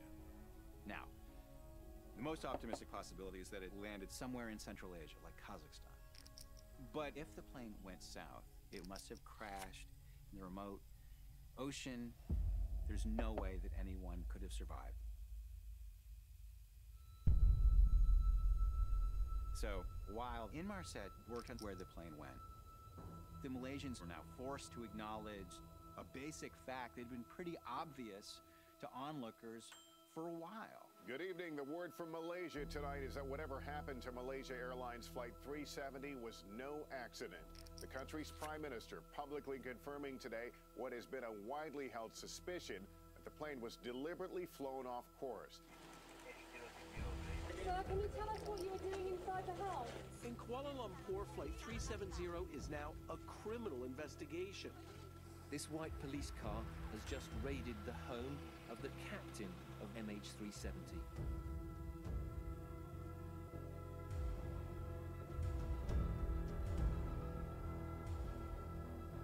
The general consensus was that the pilots took the plane.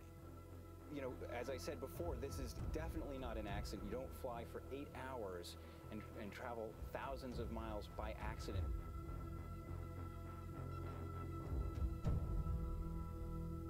From the get-go, of the 2 pilots, one was considered infinitely more likely to be the culprit. The co-pilot was very wet behind the ears. He had just been approved to fly as a first officer on a 777. So the focus was always on the captain of the flight, Zahari Ahmad Shah, because he was an extremely experienced captain. And what was done was aggressive and sophisticated. Hi everyone, this is a YouTube video that I've made. The pilot's home flight simulator was removed by police to see if perhaps the erratic route Flight 370 took was first rehearsed in cyberspace. We took possession of a simulator, of a flight simulator. Zahari had the chops. Zahari was a veteran, experienced guy who would know all the angles, who'd be able to conceive of something as complicated as this.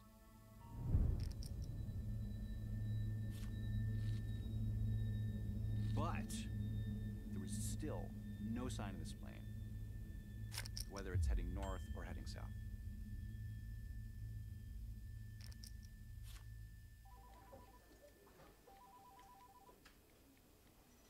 Our engineer, who had been working on the numbers, contacted me to say that he had cracked the problem. He had to really dig into the system, understand how all the components in the system work, to establish essentially the equation for what would be expected for if the aircraft was moving north or if it was moving south. He had managed to determine which of the flight paths MH370 had taken. So I sat at my kitchen table that weekend creating some information that we could be passed to the Malaysian authorities. Le centre de Malaysia Airlines nous dit « Tenez-vous prêts, il y a une conférence de presse importante demain, donc mettez-vous devant la télé le matin. »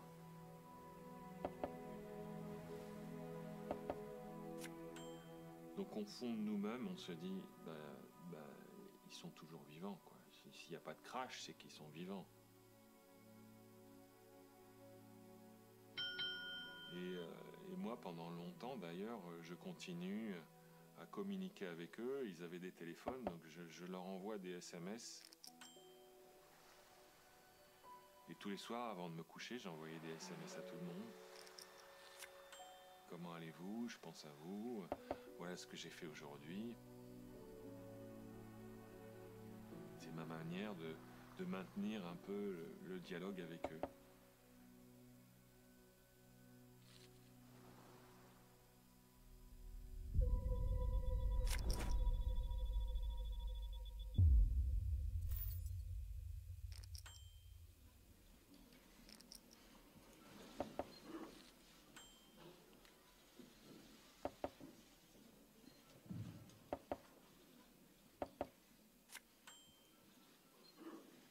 This evening, I was briefed by representatives from the UK Air Accidents Investigation Branch.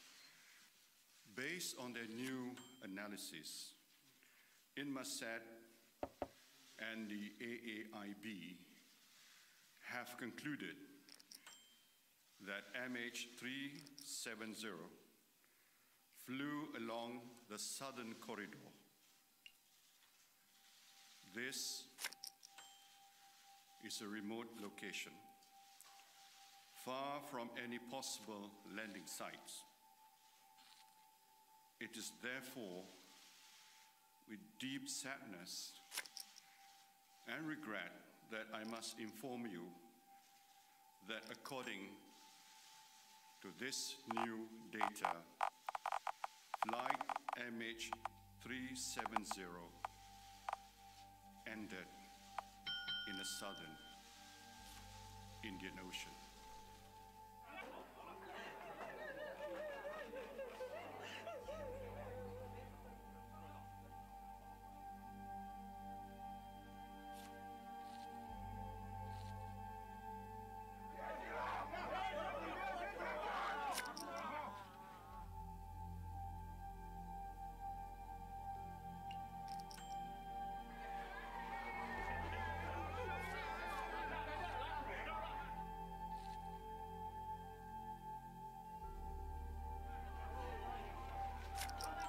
They still don't have any definitive proof that their loved ones are dead.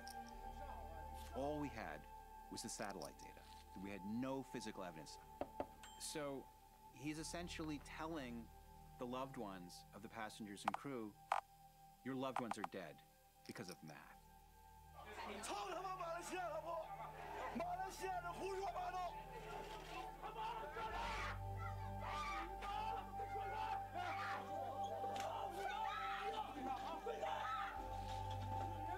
Never in the history of human existence have 239 people been declared dead on the basis of mathematics alone.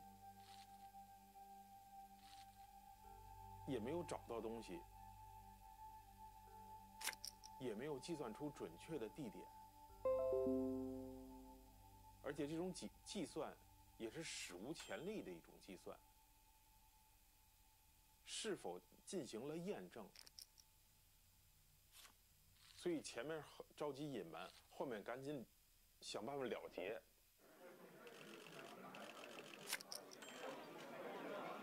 在此，我们154位马航 MH370中国乘客家属，对马航、马政府、马军方提出最强烈的抗议和谴责。黄兴仁，黄兴仁，黄兴仁，黄兴仁，说明真相，说明真相。我们并会采取一切可能的手段，追究马航、马政府、马军方不可饶恕的罪责。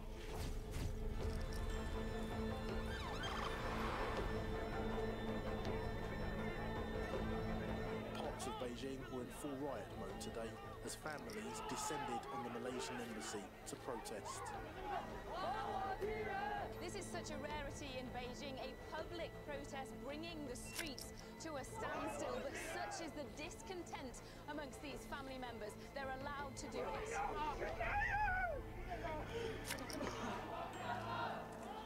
家属都一直呼喊着：“马来西亚是骗子，你们是杀人犯。”但是我们不能就认可通过一句话，154个同胞，我们154个亲人就不在了。The rally itself was kept outside of the Malaysian embassy fences, out of the view of the world's media. 真的是让我们觉得既无助又愤怒。The chief executive of Malaysia Airlines agreed to be interviewed for the first time today. Our primary role is really to ensure we take care of the family, and I think we've gone beyond our normal responses. I think they would say you haven't gone far enough. Well, I think it's unfair. I think we've done all we can.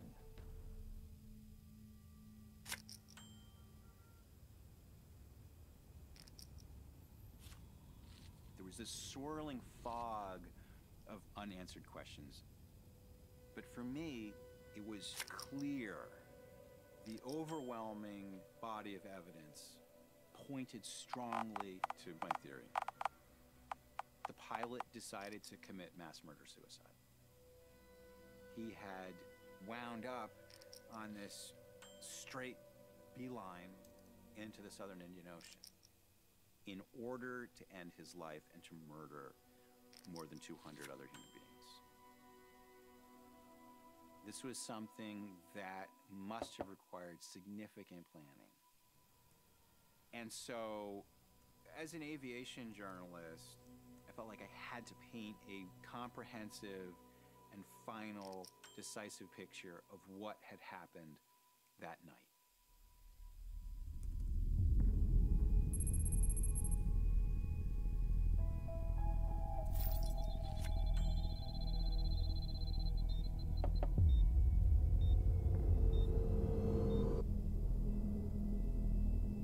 Shortly after 1 o'clock in the morning, Zahari is flying over the South China Sea. He is responsible for 11 crew and 227 passengers, making their way to Beijing on a routine red-eye. At this stage, air traffic control in Kuala Lumpur calls up and says, Malaysian 370, contact Ho Chi Minh 120.99. Traffic control in Kuala Lumpur calls up and says, Malaysian 370, contact Ho Chi Minh 120.99. MH370 is about to be handed over to the next set of air traffic controllers who are in Vietnam. So Zahari says, Good night, Malaysian 370. He's now in a kind of gray zone, in between two areas of air traffic control. Nobody's paying attention to him. Maybe he says to the co-pilot, "Hey buddy, why don't you go in the back and get me something?" Co-pilot closes the door.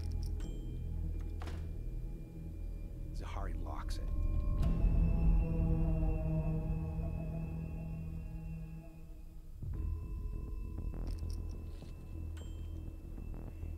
Now he's about to implement his big plan. He turns off all of the electricity.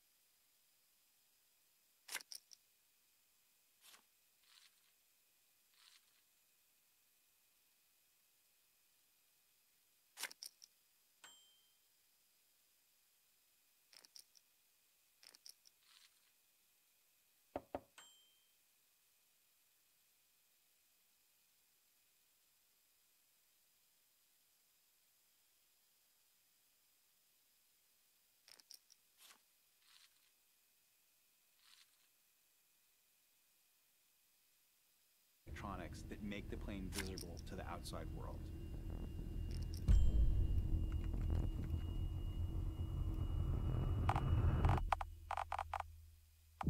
It vanishes from radar.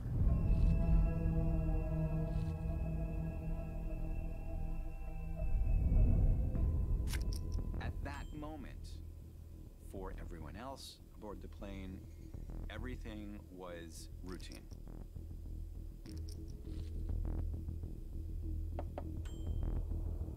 Zahari is in complete control, and nobody knows anything about it.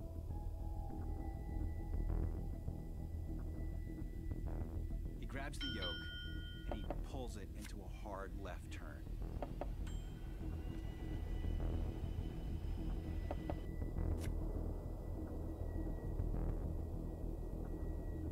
He heads back towards the Malaysian peninsula. But then,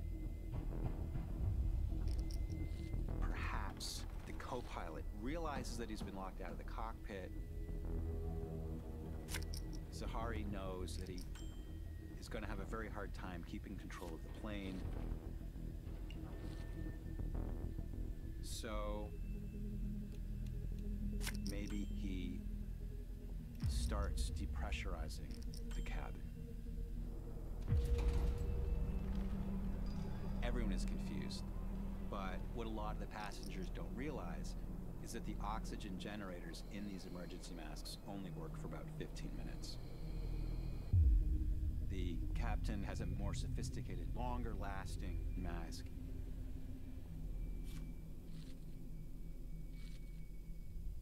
And soon the entire cabin is quiet.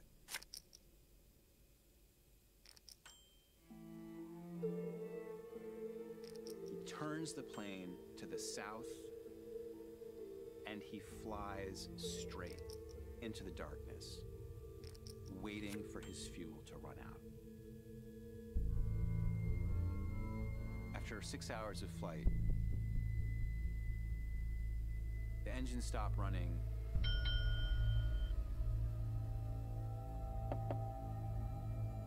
He pushes the nose down, and he starts to slide into a dive.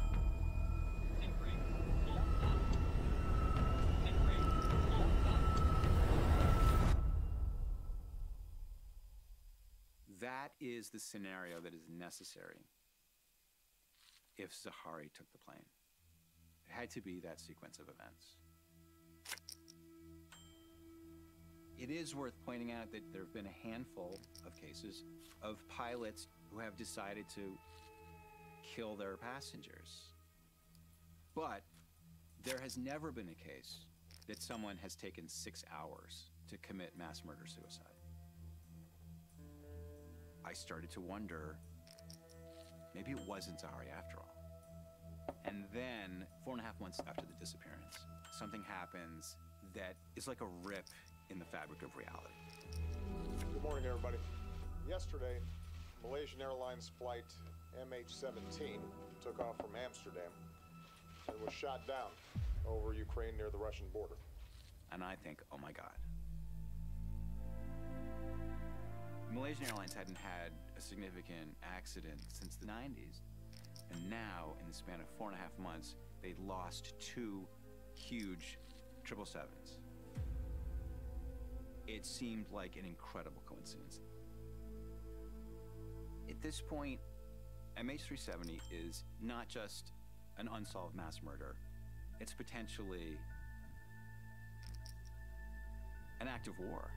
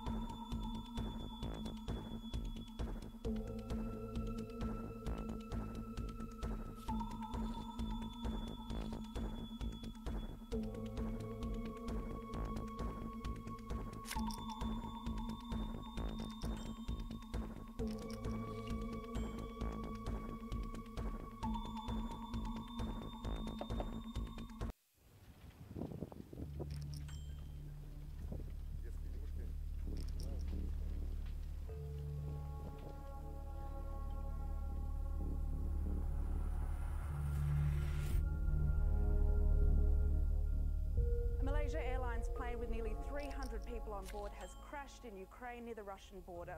Flight MH17 took off from Amsterdam just after midday local time. It was bound for Kuala Lumpur.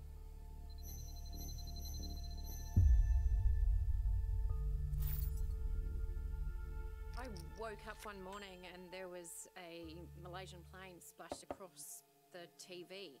Instantly, I thought it was MH370, and then I saw MH17 and I went, hold on, can't be another Malaysian plane. U.S. intelligence has concluded it was shot down by a surface-to-air missile. The odds of losing 2 airplanes within a 6-month period is unprecedented. And both 777s, too.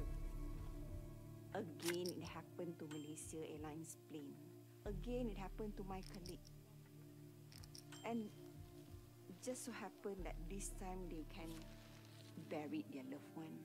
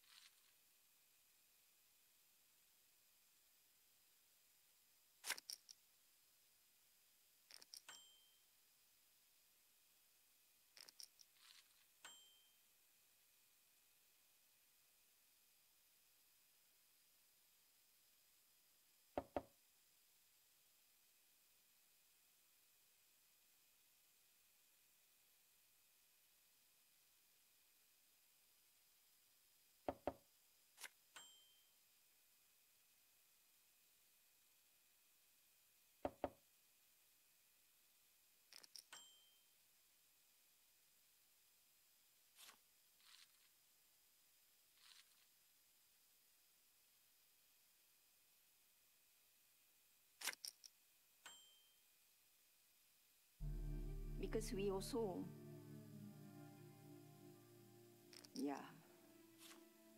we also want to bury our loved one.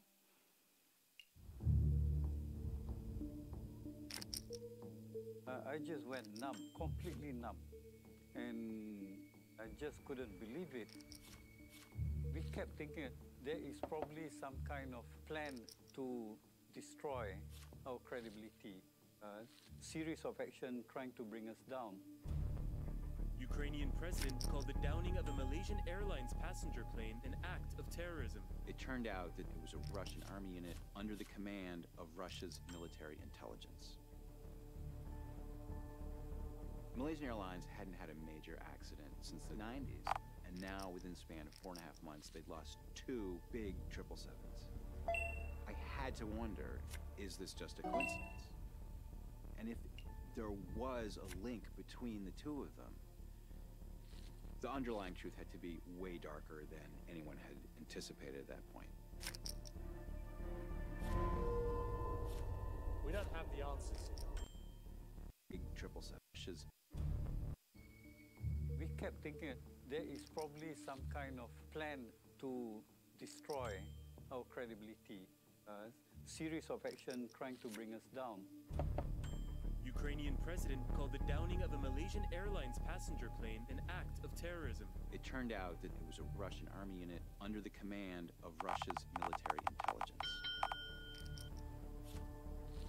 Malaysian Airlines hadn't had a major accident since the 90s, and now within the span of 4.5 months, they'd lost 2 big 777s. I had to wonder, is this just a coincidence? And if there was a link between the two of them, the underlying truth had to be way darker than anyone had anticipated at that point. We don't have the answers. This is one of the great mysteries in aviation history.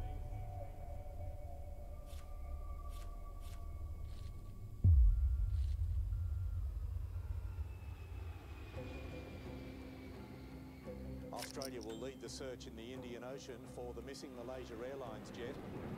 In the months that followed in the shoot down of MH17, as I thought about the idea that maybe the Russians had caused both of these events, the search for MH370 was already underway. Experts say the jet going down in the Indian Ocean more than 1,800 kilometres off the West Australian coast. It's a vast area, a huge responsibility for Australia as they try and find any trace of Flight 370. Tonight there are 43 ships, 58 aircraft from 14 different countries, all working together to try to find clues. The area they're searching is far larger than the continental United States. We're not searching for a needle in a haystack. We're still trying to define where the haystack is. The search team still insists the debris field is here on the ocean floor, a location they say satellite data points to. The official account was that the plane definitely went south into the southern Indian Ocean, because that's where the last electronic signals have been detected. The Inmarsat data says the plane went south. I can't imagine someone I loved lost in the southern Indian Ocean in 4,000 metres of water. I mean, it's just inconceivable.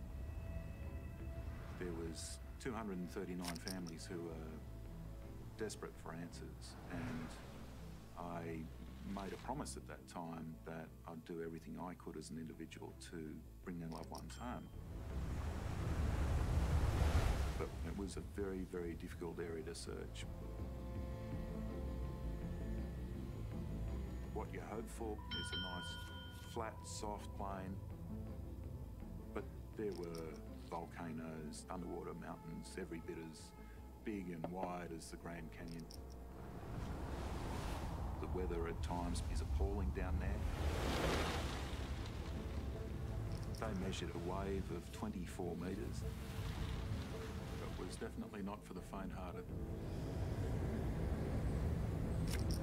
So we knew the chances were it would take a long time.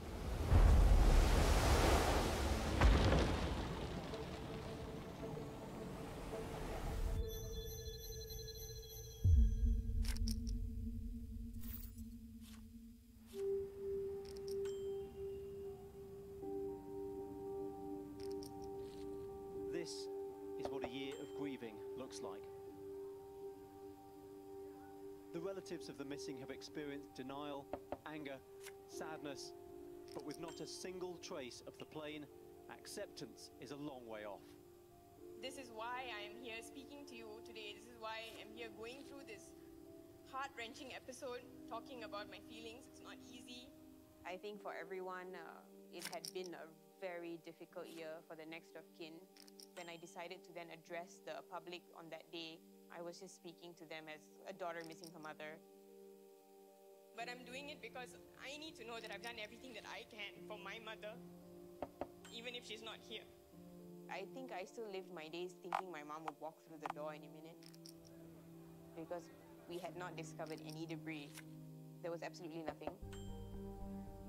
So my daughter asked me, "Where is Papa? If Papa died, where is his grave?" She asked me again and again, "Why Papa work on aeroplane? Why didn't Papa go work somewhere else? If Papa go work somewhere else, Papa won't go missing."